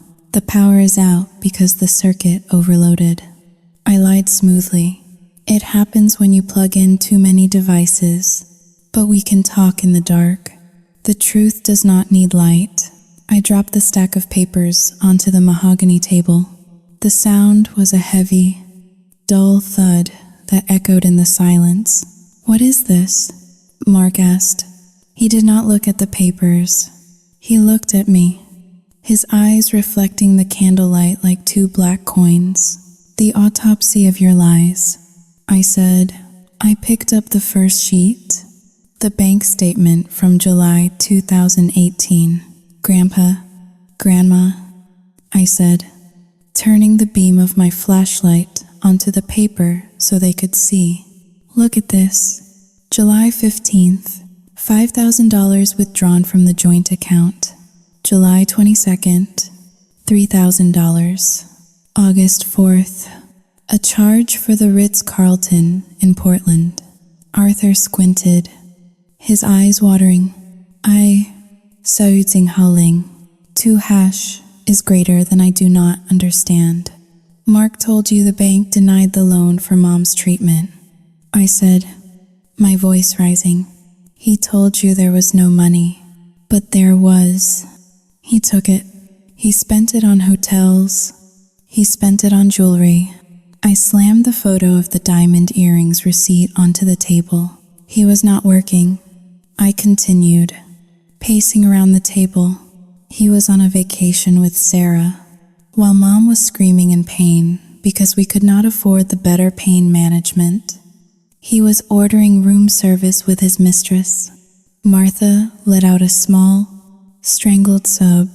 She covered her mouth with her hand. "Mark," Arthur whispered. He looked at his son. "Tell me she is lying. Tell me this is fake." Mark stopped peeling the tangerine. He placed the fruit on the table carefully. He did not look panicked. He did not look ashamed. He looked bored. It was a sinking ship. "Dad," Mark said. The air left the room. "What?" I breathed. Mark leaned back in his chair, the wood creaking. "Elizabeth, your mother, she was stage 4. The doctor said the trial had a 10% chance of success." 10%. He picked up a slice of tangerine and popped it into his mouth. He chewed slowly, swallowing before he spoke again. "I made an executive decision," Mark said, his voice calm and rational, as if he were explaining a business merger. "Why throw good money after bad? Why drain our savings for a ghost? I chose life. Dad, I chose to invest in the future. In Sarah, in Lucas." He gestured to Sarah, who was watching him with wide, adoring eyes. "I used that money to build a bridge to a new life," Mark said. "And look at the result. You have a grandson. You have a legacy. If I had spent it on Elizabeth, all you would have is a grave and a receipt." Silence. Absolute, horrified silence. I felt my blood turn to ice. I had expected denial. I had expected lies. I had not expected this absolute, psychopathic pragmatism. "You let her die," I whispered. "You expedited her death to fund your affair." "I managed resources," Mark corrected me. "Do not be dramatic." Arthur stood up. His chair scraped violently against the floor. He was shaking so hard his cane rattled against the table leg. "You, Xiao Yu Jinghaoling, 2# is greater than," Arthur gasped, clutching his chest. "You represent everything I despise. You are not my son. You are a ghoul." "Dad, sit down before you have a stroke," Mark said dismissively. "Get out," Arthur screamed. He picked up a porcelain salt shaker and threw it at Mark. It missed, shattering against the wall behind him. "Get out of my house. I never want to see you again. I will call the lawyer tomorrow. I will write you out of everything." Mark's expression shifted. The boredom vanished. A sharp, predatory alertness took its place. "You will write me out?" Mark asked softly. "I will leave everything to Ava," Arthur yelled, his face turning a dangerous shade of purple. "Every penny. You will not get a dime. Now get out." Mark stood up slowly. He looked at Arthur, then at me. He looked at the papers on the table. He smiled. It was not a happy smile. It was the smile of a man who realizes he has nothing left to lose, and therefore is capable of anything. "I cannot let you do that." "Dad," Mark said. Suddenly, I realized something was wrong. Sarah was gone. I whipped my head around. The duvet on the floor was empty. "Where is Sarah?" I asked sharply. "She went to the bathroom," Mark said, stepping toward me. "No," I said, backing away. "She went to call the police." "Why would she do that?" Mark asked, taking another step. He was hurting me. He was pushing me toward the hallway, toward the stairs. "Because you need a witness," I realized aloud. Mark lunged it. He did not hit me. He grabbed my shoulders. His grip was like iron. He shook me hard. You think you are so smart. Mark hissed, his face inches from mine. You think you can just print out some papers and win? This is my world, Ava, the world of mud and dirt. You are just a tourist. Let go of me, I screamed. I tried to knee him in the groin, but he twisted his body, blocking me. Help her. Arthur, Martha screamed from the dining room. Arthur tried to move, but he stumbled in the dark and fell to his knees. Mark dragged me into the foyer. The front door was to my right. The staircase was to my left. Then I heard it in the distance. The wail of sirens. They were getting louder. Sarah had called them minutes ago. They had planned this. They knew I would bring the evidence tonight. They knew I would cut the power. They had been waiting for the confrontation. You hear that? Mark whispered. That is the cavalry. But they are not here for you. He shoved me backward. I stumbled, my back hitting the newel post of the stairs. What are you doing? I gasped. Mark looked at the front door. The blue lights were already flashing against the sheer curtains. The police were seconds away. Mark reached up and ripped his own shirt open. Buttons popped and skittered across the floor. Then he scratched his own face, digging his fingernails deep into his cheek until blood welled up. You are insane. I whispered, I am a father protecting his home. Mark said, and then he did the unthinkable. He turned his back to the stairs. He looked at me one last time, his eyes dead and cold. Push me, he whispered. What? If you do not, I will tell them you tried to kill Arthur, he said. I froze. He did not wait for me to act. He threw himself backward. He launched his body up and back, flinging himself onto the staircase. He hit the steps hard. Thud, crack, thud, tumbling down only 3 or 4 steps to the landing, but making enough noise to sound like he had fallen from the 2nd floor. He landed in a heap at the bottom, groaning loudly. Help, help me, Mark screamed, his voice shattering the night. She is killing me. She pushed me. The front door burst open.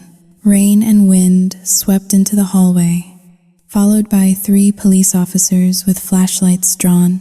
Police? Drop it, the lead officer shouted, blinding me with his beam.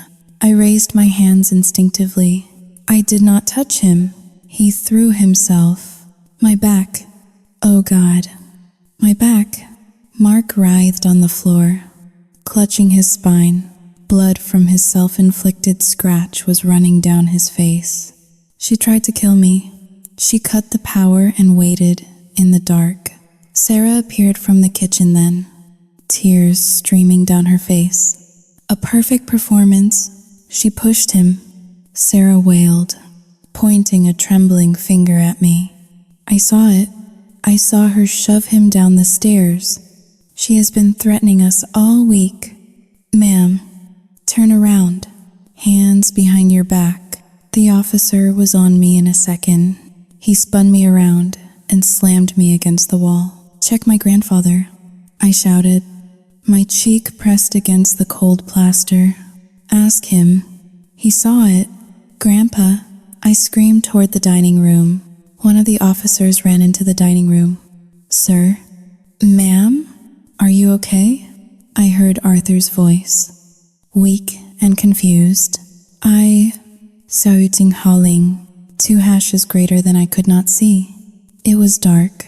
I heard them fighting. I heard Mark scream. My heart shattered. He could not save me.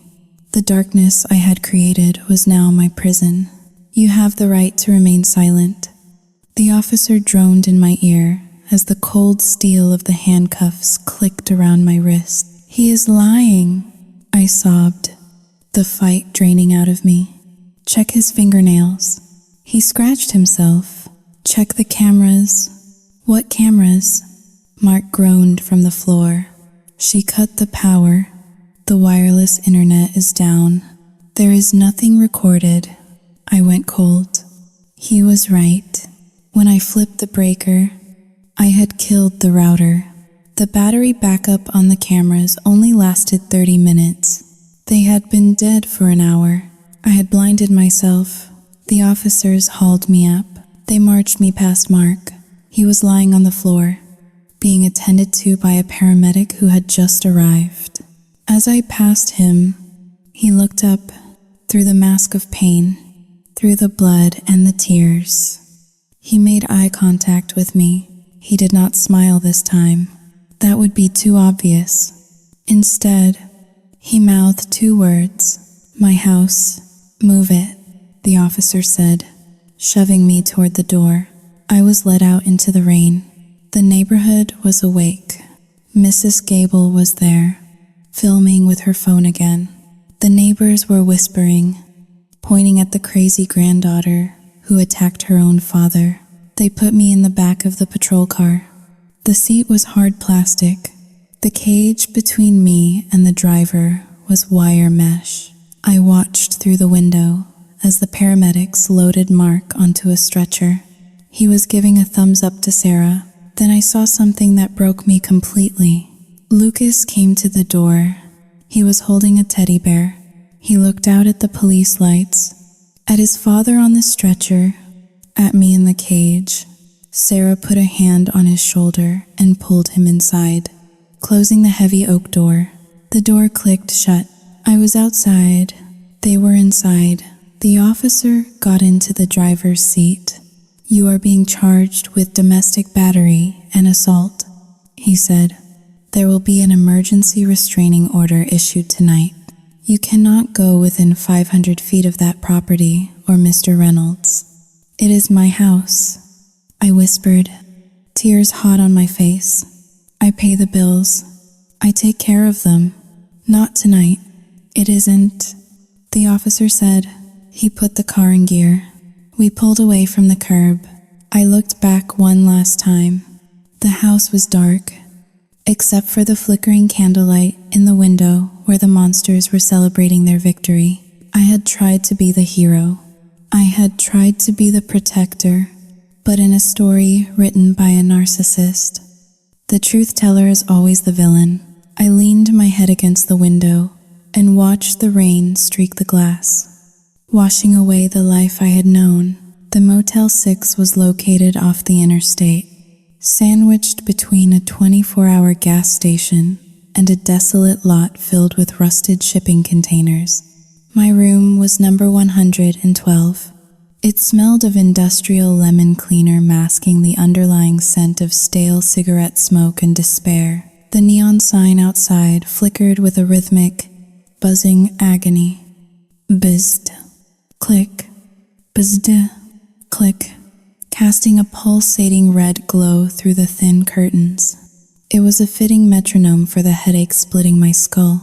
I sat cross-legged on the bedspread, which was patterned with a garish floral design meant to hide stains. My laptop was open in front of me, its blue light the only steady thing in my world. Beside it lay the restraining order, a crisp white piece of paper that legally reduced me to a stranger in my own life. You must stay 500 feet away from the protected persons. Mark Reynolds, Sarah Jenkins, Arthur Reynolds, Martha Reynolds. I ran my finger over the names. He had done it. He had legally defined himself as the victim and me as the aggressor. "You think a piece of paper stops a war?" I whispered to the empty room. "Paper is flammable." I was not crying. I was past the point of tears. My eyes felt dry and gritty, like they were full of sand. My body was humming with a cold. Chemical energy, cortisol, and caffeine battling for dominance in my bloodstream. I cracked my knuckles and turned to the screen.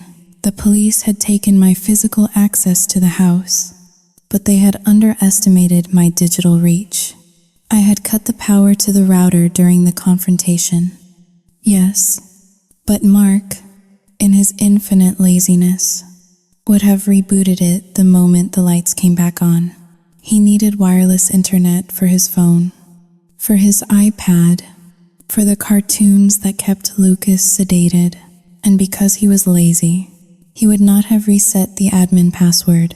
I connected to the motel's spotty wireless internet, routing my connection through a virtual private network to mask my location. I typed in the IP address of my home router, username, admin, password, heavily encrypted, string I. Memorized 3 years ago. Access granted. I could see the connected devices. Mark's iPhone, Sarah's Samsung, the smart television in the living room. I could not view the cameras. The battery backup was likely drained or disconnected, but I could do something better. I could intercept the traffic. I opened a packet sniffer program. It was a tool I used for network diagnostics in my design work. But tonight, it was a wiretap. I targeted Mark's iPhone. He was not using a virtual private network. He was browsing on an unsecured connection, probably feeling like the king of the castle, drinking my grandfather's scotch and celebrating his victory. I watched the data packets flow. He was on his email. I did not need to hack his password. I just needed to capture the session cookie. It took me 20 minutes of coding, my fingers flying across the keys, the red neon light washing over my hands like blood. Got you. I cloned his session. I opened a new browser window. I typed in Gmail, colon. The inbox loaded. It was a window into the mind of a sociopath. The unread messages were a testament to his chaotic life. Notices from collection agencies. Spam from gambling sites. But the sent folder, Saoytinghaling, 2 hashes greater than that, was where the true horror lived. I clicked on sent. The most recent email was time-stamped 2 hours ago. It was addressed to a lawyer named Saul Goodman. No, not really, but a man named Richard Sterling, whose website I quickly looked up. He was a bottom-feeder attorney who specialized in elder law and asset protection. Subject, urgent, conservatorship application. My breath hitched. I opened the email.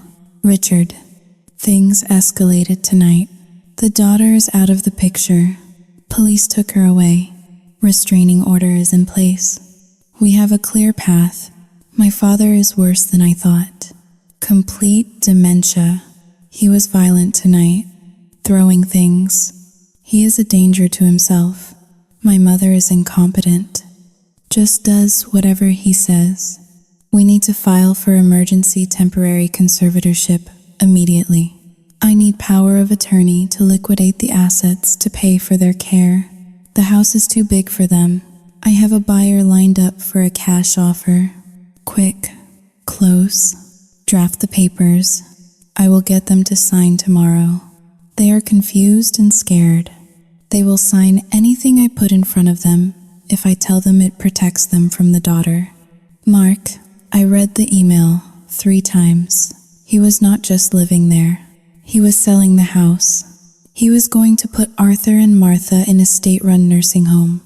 The cheap kind that smelled of urine and bleach. And pocket the equity. The house was worth $1.5 million over my dead body. I hissed, but a conservatorship, once granted, was almost impossible to undo. If he got a judge to sign off on an emergency order based on the police report from tonight, which painted me as the abuser and Mark as the hero, he could have the house sold within the week. I needed to stop him. But how? I was a criminal in the eyes of the law. If I showed this email to the police, they would arrest me for hacking. I kept digging. I needed to know why he was in such a rush. Why a cash offer? Why the desperation? I went back to his inbox. I searched for keywords. Debt, AWA, pay. I found a thread titled Final Warning. It was from an email address, collections@apexheavymachinery.com. I opened it. Mr. Reynolds, we are done with the extensions. You are down $45,000 on the crypto leverage and another $15,000 on the sportsbook. The boss is losing patience. You said you would have the liquidity by the end of the month. It is the 25th. If we do not see a transfer of $60,000 by Friday at noon, we are sending the adjusters. They do not negotiate. Do not make us come to the house. You have a pretty wife. It would be a shame if she slipped and fell. I stared at the screen. My blood ran cold. Friday at noon. That was tomorrow. That was why he needed the conservatorship now. That was why he needed to sell the house for cash immediately. He was not just greedy. He was a dead man walking. He owed $60,000 to people who broke kneecaps for a living. I leaned back against the headboard, closing my eyes. The buzzing of the neon sign seemed to drill into my brain. Mark had brought the wolf to the door.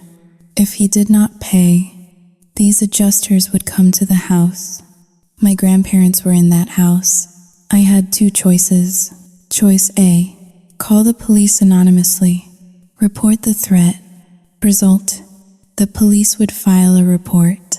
They might drive by, but they would not offer 24-hour protection for a gambling debt, and Mark would talk his way out of it. He would say it was a spam email. He would proceed with the conservatorship, sell the house, pay the debt, and throw my grandparents into a facility. Choice B, the nuclear option. I opened a new tab. I searched for Apex Heavy Machinery, Seattle. It was a shell company, a fake storefront in the industrial district, but the name associated with the business license was Vincent the Butcher Petrov.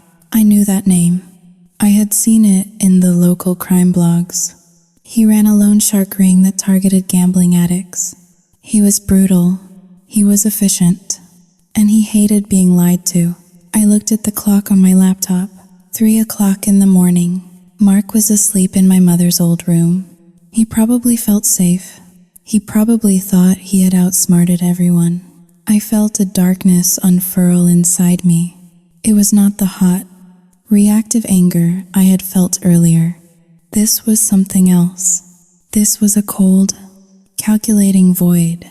It was the feeling of a surgeon deciding to amputate a limb to save the body. If Mark paid the debt, and he won, he would sell the house and destroy my grandparents' lives. If Mark could not pay the debt, Sauting Haling, 2 is greater than the sharks would eat him. But if I interfered, if I accelerated the timeline, I would be putting my grandparents in the crossfire. No, I reasoned. The sharks want money. They want Mark. They do not care about 2 octogenarians. If I direct them, I can control the damage. It was a lie. I knew it was a lie. You cannot control a wildfire once you light the match. But I lit it anyway. I pulled my hoodie up over my head. I grabbed my car keys. I drove 3 miles to a 24-hour Walmart.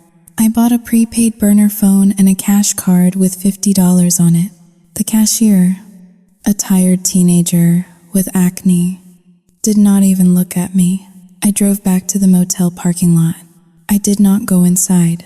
I sat in my car, the rain drumming on the roof. I activated the phone. I typed in the number I had found in the email signature for Apex Heavy Machinery. My thumb hovered over the keypad. If I do this, there is no going back. I am not the victim anymore. I am the accomplice. I thought about my mother, dying in that hospital bed while Mark was at the Ritz-Carlton. I thought about Arthur's medals being sold on eBay. I thought about the smirk on Mark's face as they led me away in handcuffs. He created this world. I whispered, I'm just letting him live in it. I typed the message to Vinny from Subject: Mark Reynolds. Mark is planning to run. He is liquidating assets and fleeing the state on Saturday. He is at 342 Oak Street right now. He has a stash of cash in the floorboards under the master bed. About 20 grand. He is holding out on you. The back door code is 8821. The alarm is disabled. I added the lie about the cash stash to ensure they would come tonight. Greed is a powerful motivator. The code, Batsim Babai Arshi, was the code to the kitchen service entrance. Mark knew it, but he never locked the deadlock on that door because he was lazy.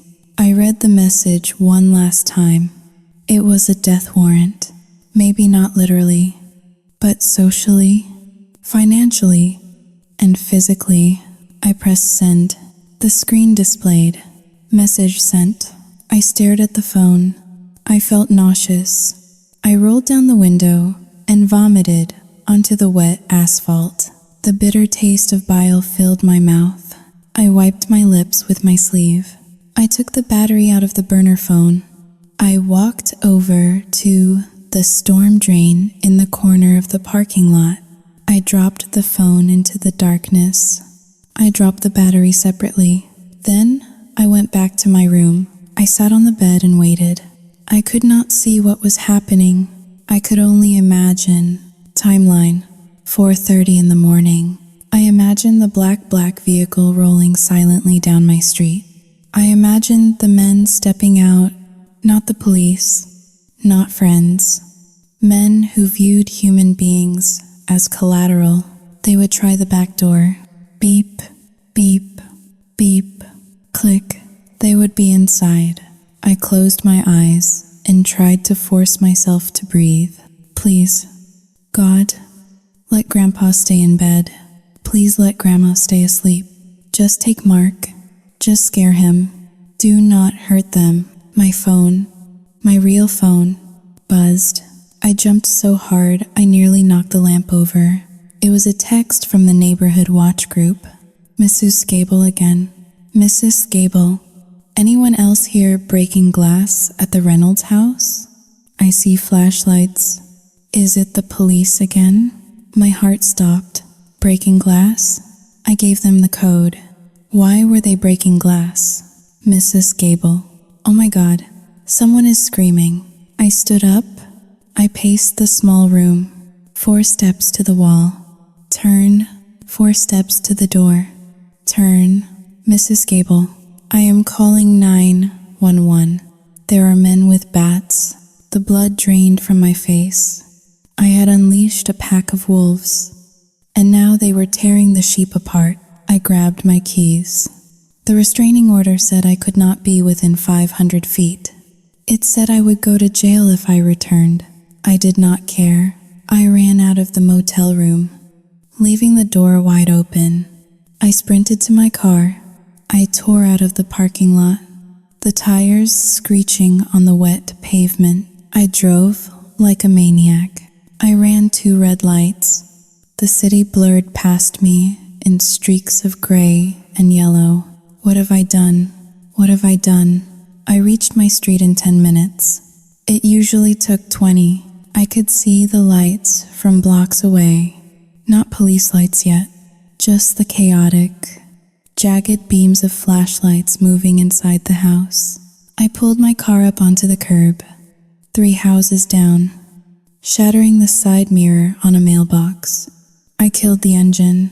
I sat there, gripping the steering wheel, watching my home. The front door flew open. A man, huge, wearing a leather jacket, dragged Mark out onto the porch. Mark was in his boxer shorts. He was screaming, but the sound was cut short by a fist to the stomach. Another man followed, carrying a pillowcase full of Saoyudzing Haling. 2 hash is greater than something. The silver? The electronics? Where is the rest? The big man shouted. His voice echoed in the quiet street. You said you had 20 grand. I do not have it, Mark sobbed. curled into a fetal position on the wet concrete. I do not have it. Ask my daughter. She set me up. The man kicked Mark in the ribs. I heard the crack from where I sat. Please. Sarah's voice shrieked from inside the house. Then, silence. The men looked up.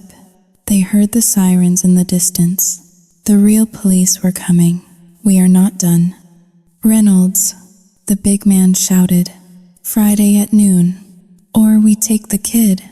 They ran to their car, a dark sedan idling down the street, and peeled away, disappearing into the night just as the first patrol car turned the corner.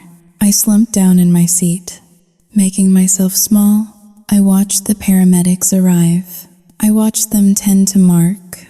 Then I saw the stretcher come out again, but it was not Mark on it. It was a woman, Sarah. She was writhing in pain, clutching her stomach. The paramedics were moving fast, too fast. Hemorrhage. I heard one of them shout, "We are losing the fetal heart rate.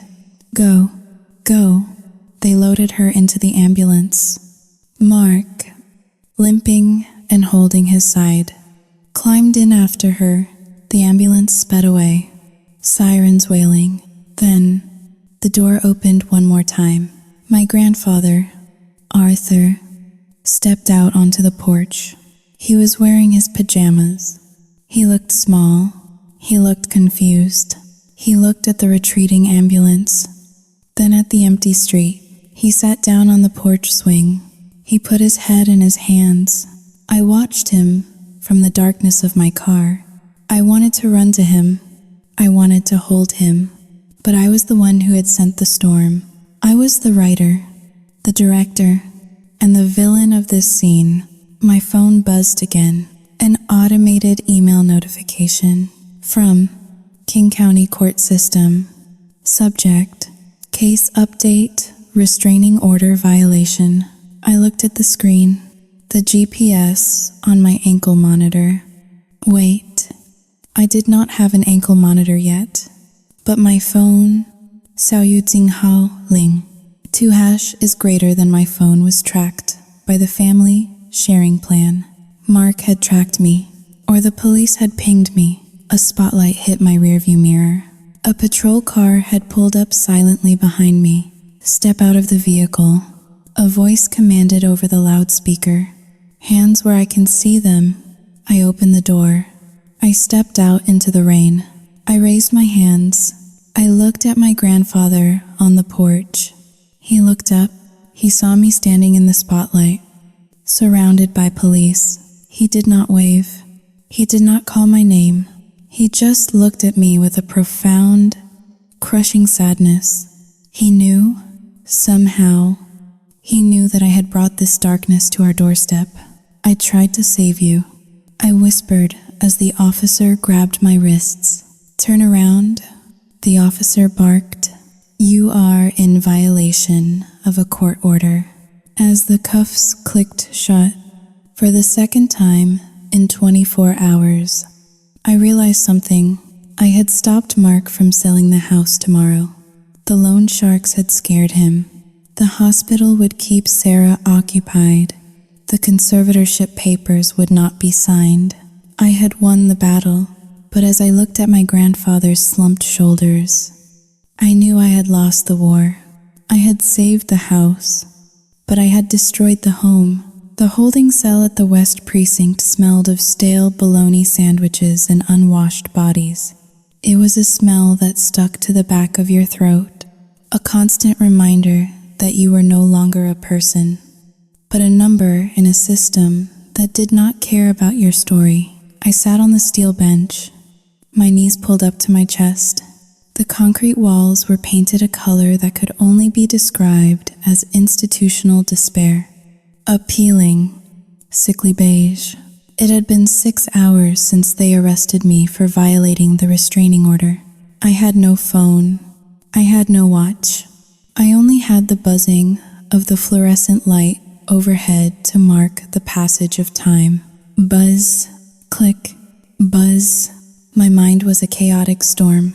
I replayed the scene in my head 1,000 times. The men in the leather jackets, Mark screaming, the crack of his ribs, the way my grandfather looked at me, like I was a stranger he was afraid to know. I had done it. I had pulled the trigger, but now I was sitting in the smoke, choking on the fumes. The heavy metal door clanked open. A detective walked in. He was a thick-set man with tired eyes and a coffee stain on his tie. His badge said Detective Miller. He did not sit down. He stood by the door, looking at me with a mixture of curiosity and disgust. "You are a popular lady on the internet this morning, Miss Reynolds," Detective Miller said.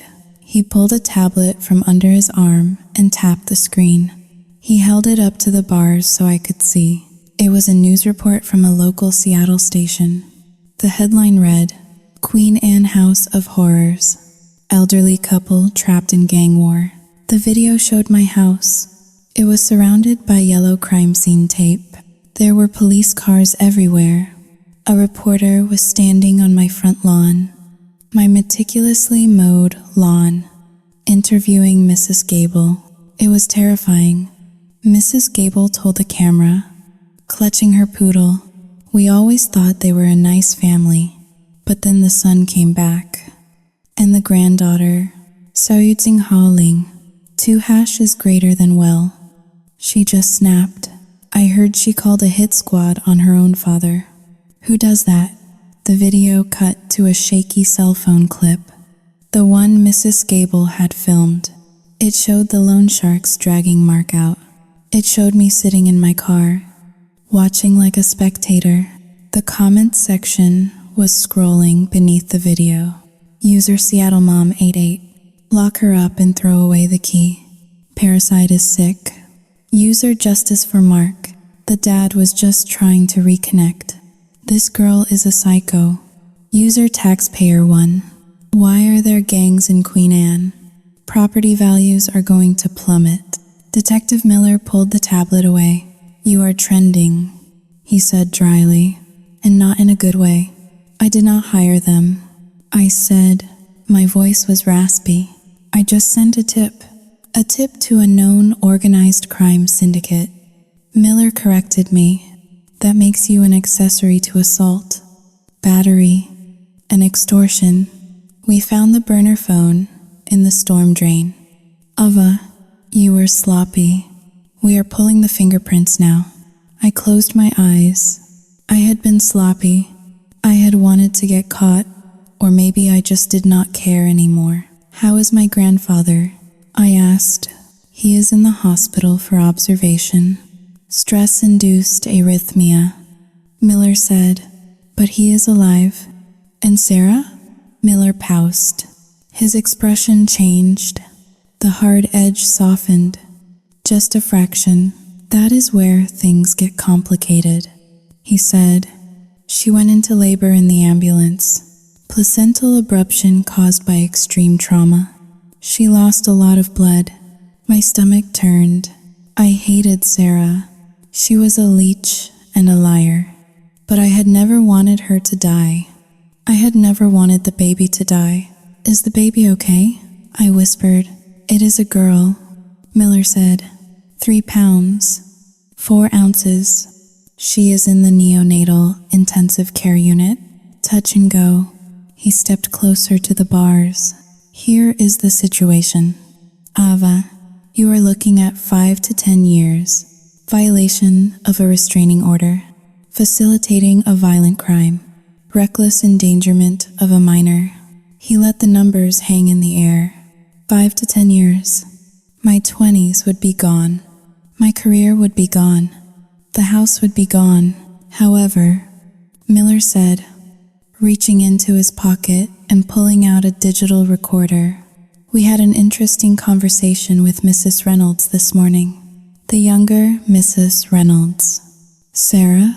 She woke up in the recovery room about an hour ago." Miller said. "She was hysterical.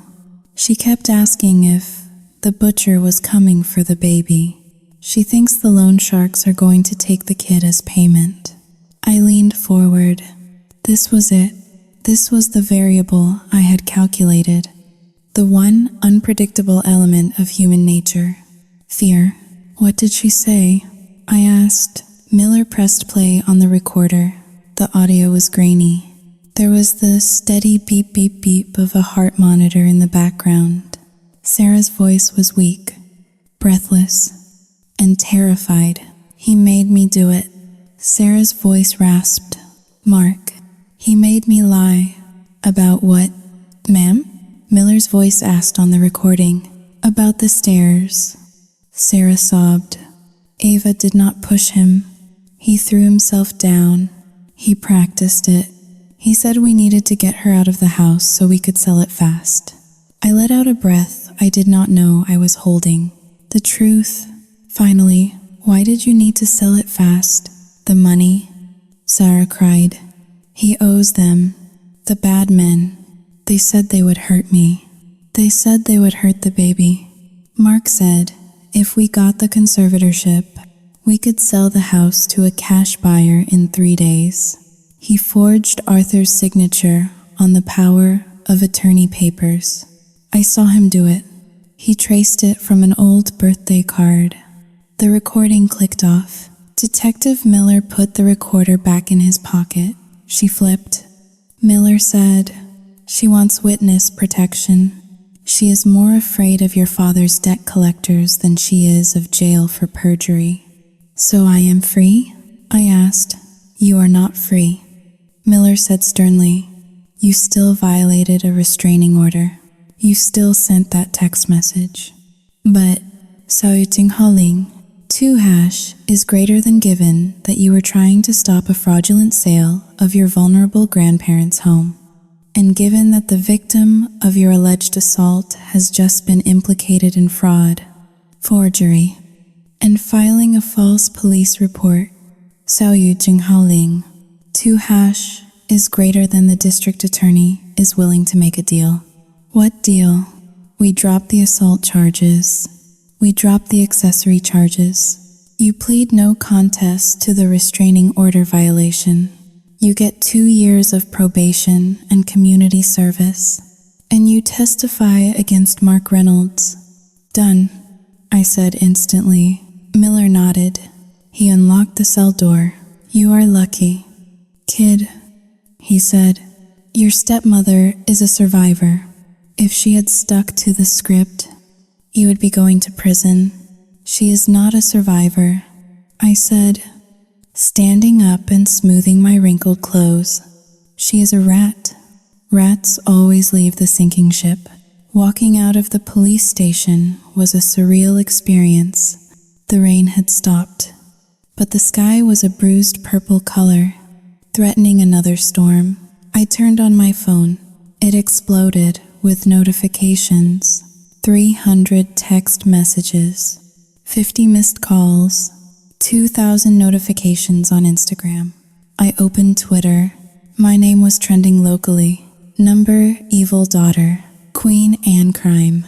Someone had found my design portfolio online. They were leaving 1-star reviews on my business page. Do not hire this woman.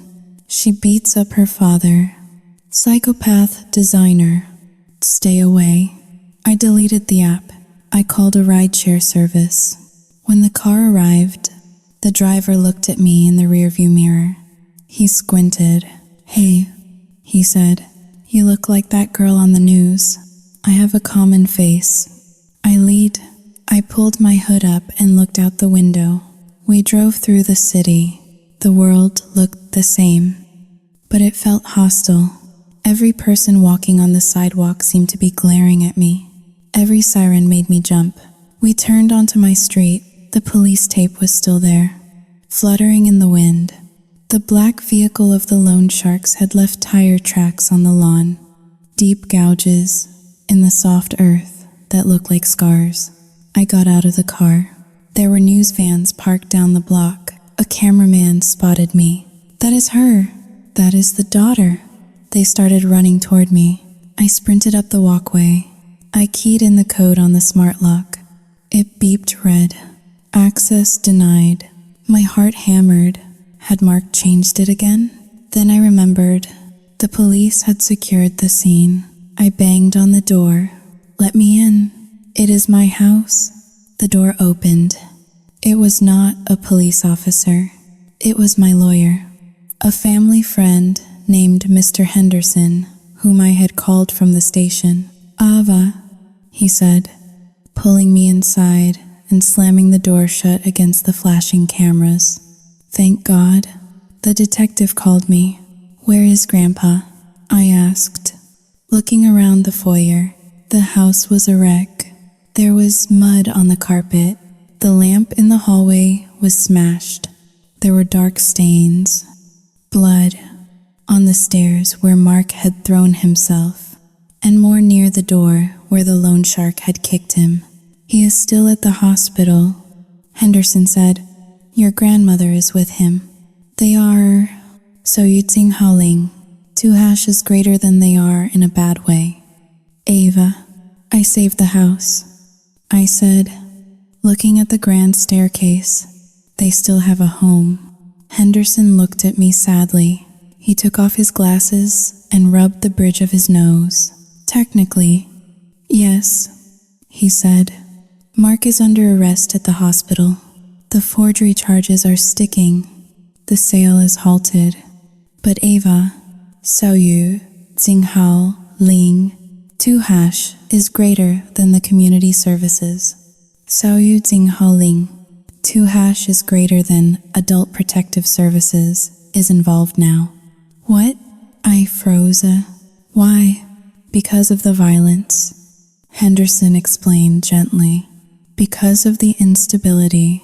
They are arguing that you and Mark have created an unsafe environment for 2 80-year-old dementia patients. There is a hearing on Monday. They might petition to have Arthur and Martha moved to a state facility for their own safety." I felt the ground drop out from under me. "No," I whispered. "That is what I was fighting to prevent. You fought fire with fire." Henderson said, "And now the whole house is full of smoke." I walked into the living room. It was empty. Sarah's nest of pillows and trash was still on the sofa, a ghost of her occupation. I sat down in my grandfather's leather armchair.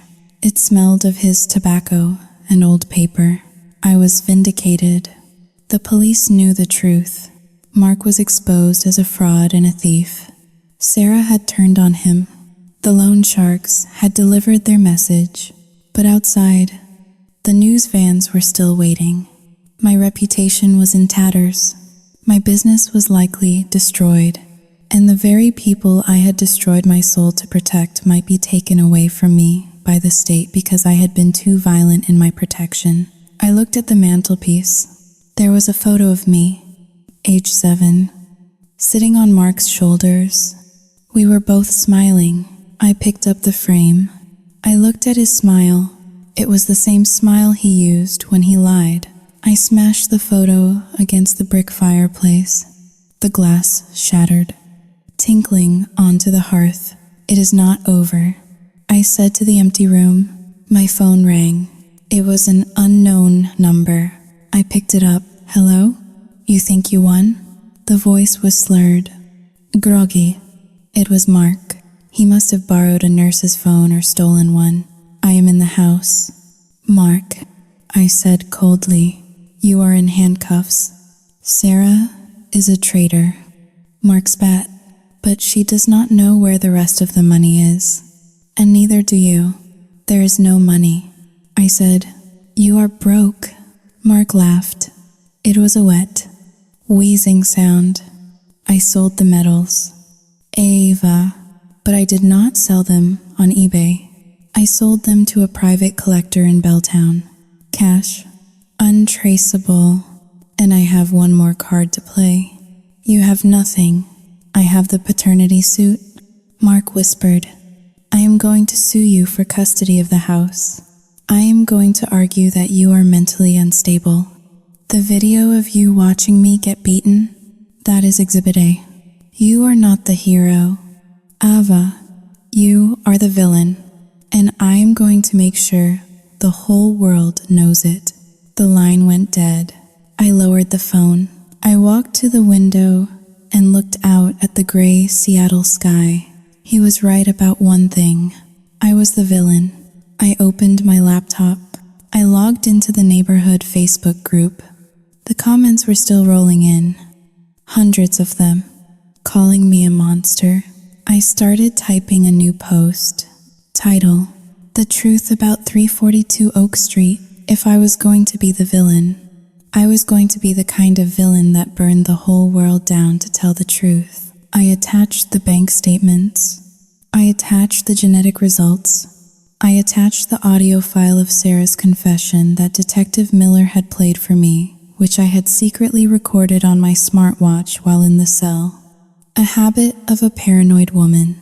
I pressed post. Let the court of public opinion decide. The smell of bleach is a deceptive thing. It smells like cleanliness, like sterility, like a fresh start. But to me, it smells like a crime scene. It had been 72 hours since the police cars pulled away, taking the flashing lights and the sirens with them. 72 hours since the neighborhood finally went quiet. The house was mine again. The silence I had fought so hard to restore had returned. But it was not the peaceful silence of a library. It was the heavy, suffocating silence of a mausoleum. I spent the entire morning on my hands and knees in the foyer. I was wearing yellow rubber gloves that went up to my elbows. Beside me was a bucket of hot water mixed with industrial-strength disinfectant. I was scrubbing the third step of the staircase. This was where Mark had thrown himself down. There was a dark, jagged stain in the grain of the oak wood. It was his blood, my father's blood. I scrubbed it with a stiff bristled brush. A scrub, scrub, scrub, out, damned spot. I whispered to myself, the literary reference tasting bitter on my tongue. I scrubbed until my shoulders ached, but the shadow of the stain remained. It had soaked deep into the wood, becoming part of the house's history.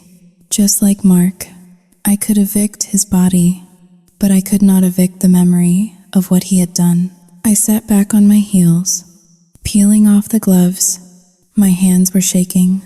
They had not stopped shaking for 3 days. The front door opened. I flinched, my heart leaping into my throat. It was just the home health aide, a sturdy woman named Maria, whom I had hired yesterday with the last of my savings. She was pushing my grandfather's wheelchair into the hallway. Arthur had been discharged from the hospital this morning. The doctors said his heart was stable, but his spirit was broken.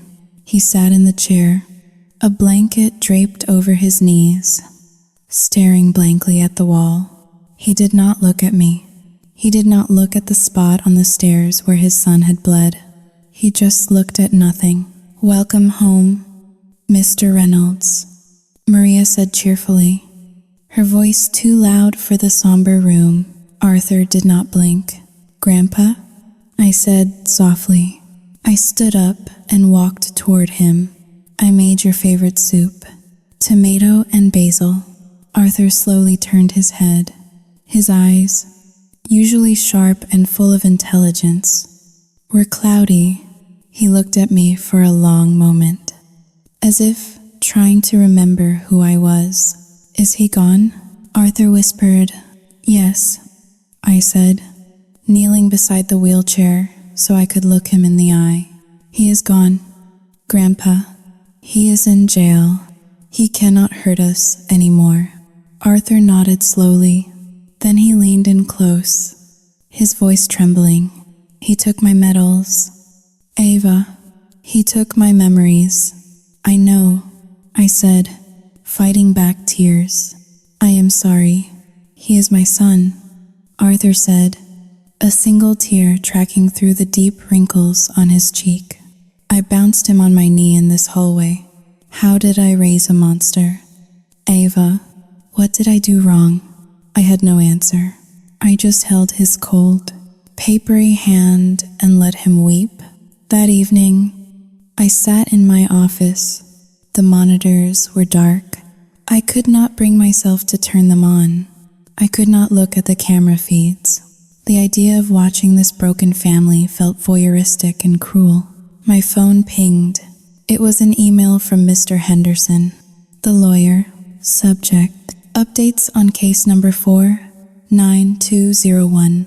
Dear Ava, I have news regarding the proceedings. First, the good news. The district attorney has accepted the evidence you posted. The public outcry was significant. Combined with Sarah Jenkins' testimony, they have a solid case for fraud, forgery, and elder abuse against Mark. He has been denied bail due to flight risk. Sarah has entered a plea deal. She has been relocated to a women's shelter in Oregon. She gave birth to a healthy baby girl. She has named the child Elizabeth, after your mother. She wanted you to know that. I stared at the screen. Elizabeth, the mistress, had named her daughter after the woman she helped kill. Was it an apology, or was it one last twist of the knife? I felt a wave of nausea. Now, the challenging news. The email continued.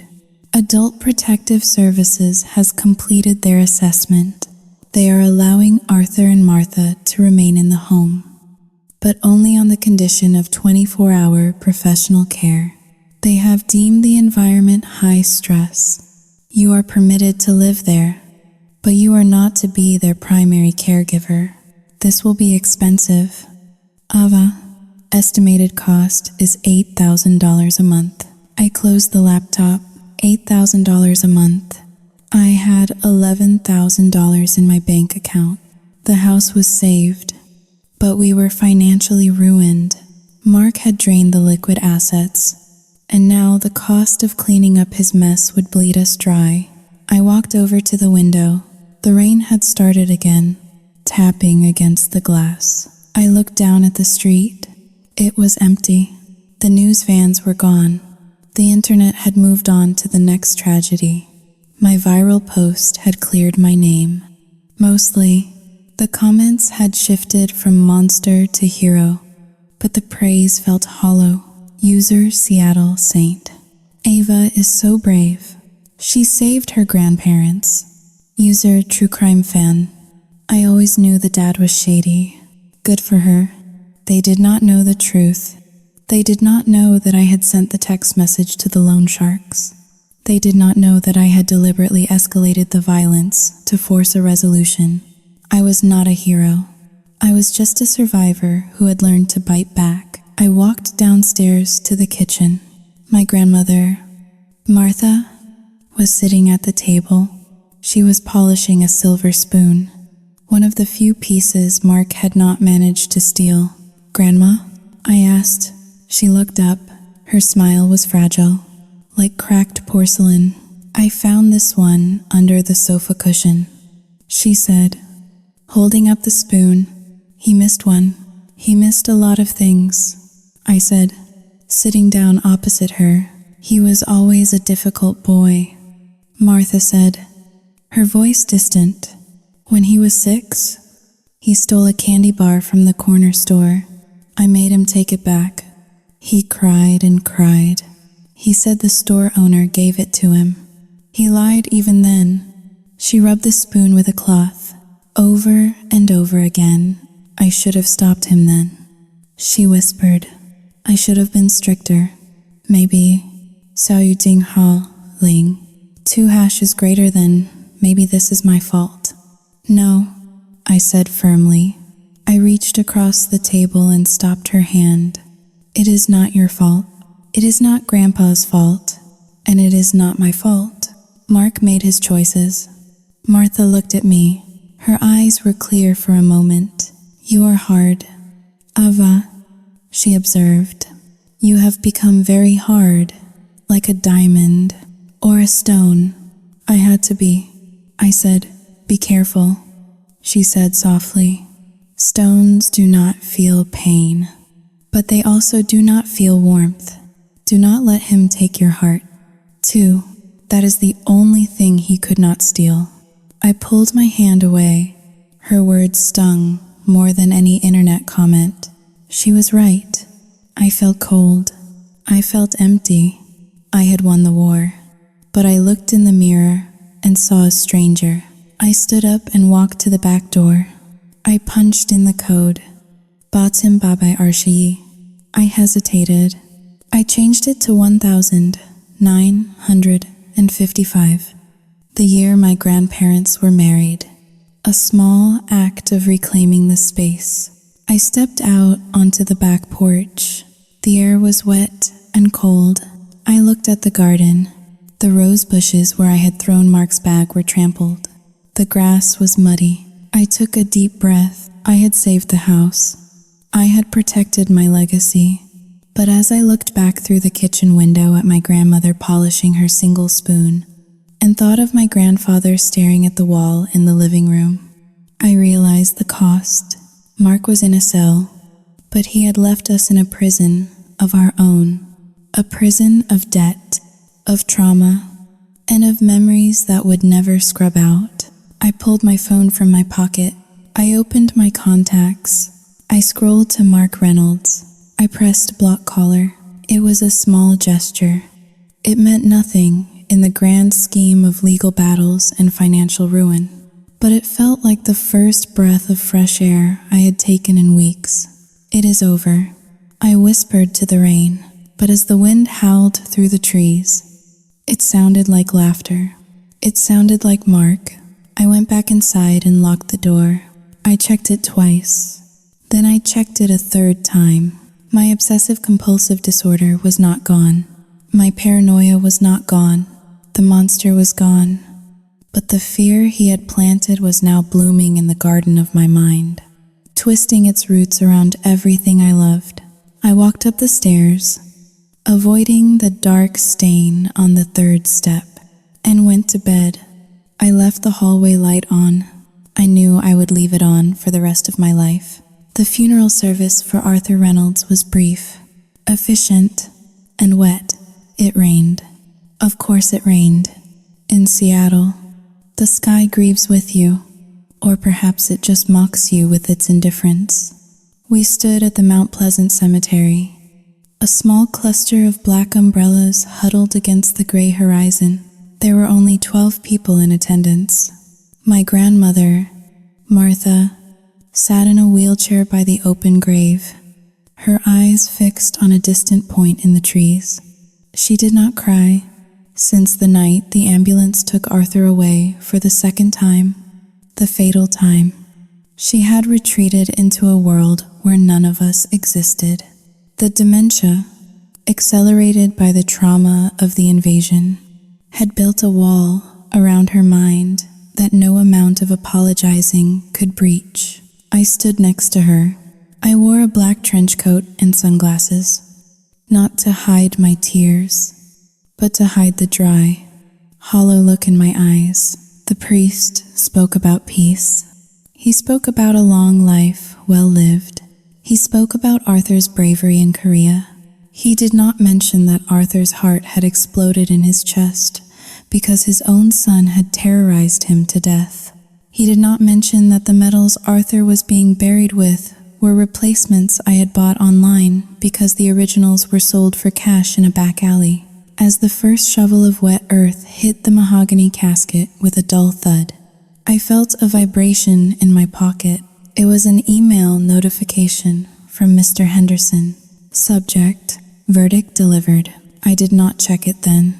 I waited until the ceremony was over, until I had wheeled my silent grandmother back to the waiting town car, until we were driving away from the fresh mound of dirt that used to be my grandfather. I opened the phone. Mark had pleaded guilty, confronted with the mountain of evidence, the forensic accounting, the forged signatures, Sarah's testimony, and the text messages from the loan sharks. His public defender had advised him to take the deal. 10 years, he would be eligible for parole in 6. I looked out the window at the passing city. 6 years. It felt like a lifetime, and yet it felt like 5 minutes. The price of those 6 years was my grandfather's life and my grandmother's mind. It was a victory. Legally speaking, I had won. I had protected the assets. I had secured the title deed. But as I looked at Martha, who was humming a lullaby to her handbag, I realized that I had saved the museum but lost the exhibits. 3 months later, the house on Oak Street was silent. It was a silence so profound it felt heavy, like a physical weight pressing against my eardrums. The clutter was gone. The smell of stale smoke and Sarah's cheap perfume had been scrubbed away with industrial cleaners and fresh coats of paint. I sat in the living room. The furniture was arranged exactly as it had been before Mark arrived. The doilies were starched. The clock ticked rhythmically on the mantel, but the chair opposite me was empty. Martha was not there. The cost of 24-hour in-home care had been impossible to sustain without liquidating the house, which was the one thing I had sworn never to do. So, I had made the decision. I had done the very thing Mark had threatened to do.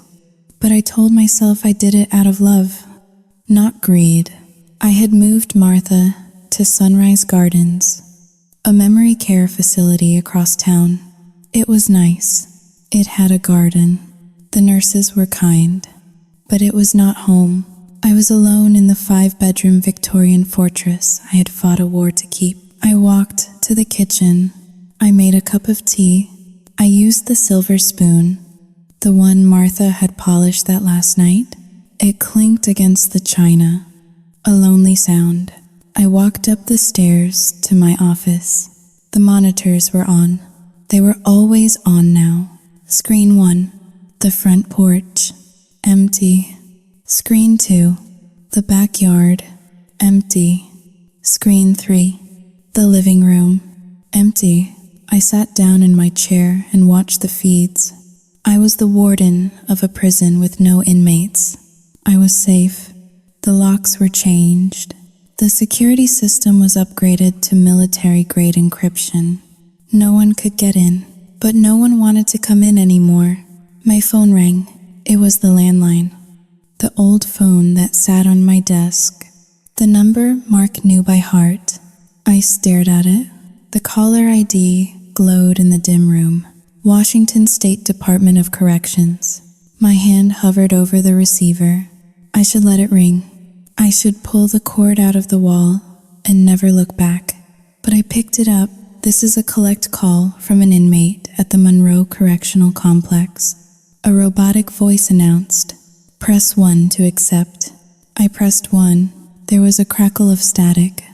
Then the sound of background noise, shouting, metal clanging, the hum of a crowded room. Ava? His voice was different. It was smaller. The bravado was gone. The smooth, charming narcissist who could talk his way out of anything sounded like a tired, defeated man. "What do you want?" "Mark?" I asked. My voice was steady, cold. "I need $40. He said, no preamble, no apology, just the transaction. "I need to buy shampoo and ramen from the commissary. The food in here is slop. Ava, you would not feed it to a dog. I am not sending you money." I said, "Come on, kid." He wheedled, a faint echo of his old manipulation trying to surface. "I am your dad. I am suffering in here. I got beat up in the yard yesterday. They took my shoes. You won. Okay? You took everything. You took the house. You took the inheritance. Can you not spare $40 for your old man?" I looked at the monitor showing the empty living room where my grandfather used to sit. I thought about the fear in Arthur's eyes the night he died. I thought about the baby, Elizabeth, growing up in witness protection without a father. "You took everything first," I said softly. "You took Mom's chance at life. You took Grandpa's dignity. You took my peace. I gave you life. Mark snapped, his anger flaring up instantly. I made you, and I unmade you. I replied, Ava, please. His voice broke, shifting back to self-pity. Just $20. I am hungry. Please. It was pathetic. The monster under my bed was just a beggar with a bad credit score and a prison uniform. Do not call here again. I said, Ava. Wait, Ava. I gently placed the receiver back on the cradle. The line clicked dead. I sat there for a long time, my hand resting on the phone. I looked at my hand. It was trembling, a fine, rhythmic tremor that started in my fingers and ran up my wrist. It was the same tremor my grandfather had. I clenched my fist, trying to stop it. I squeezed until my nails dug into my palm, leaving crescent-shaped marks, but the shaking did not stop. I realized then that the war was over, but the soldier never really comes home. I turned back to the monitors. I watched the empty rooms of my house. I was the queen of the castle. I had the deed. I had the silver. I had the silence. I took a sip of my tea. It had gone cold. On the screen, in the living room feed, a trick of the light made it look like someone was sitting in Arthur's chair. Oh, for a second, my heart leaped. I leaned in, desperate to see a ghost, desperate to see anything other than the void. But it was just a shadow. I was completely, utterly alone. And for the first time in 12 years, I was safe. It was worth it. I whispered to the empty room, my voice shaking just like my hand. It had to be worth it. The only answer was the hum of the hard drives recording nothing but dust settling on the floorboards.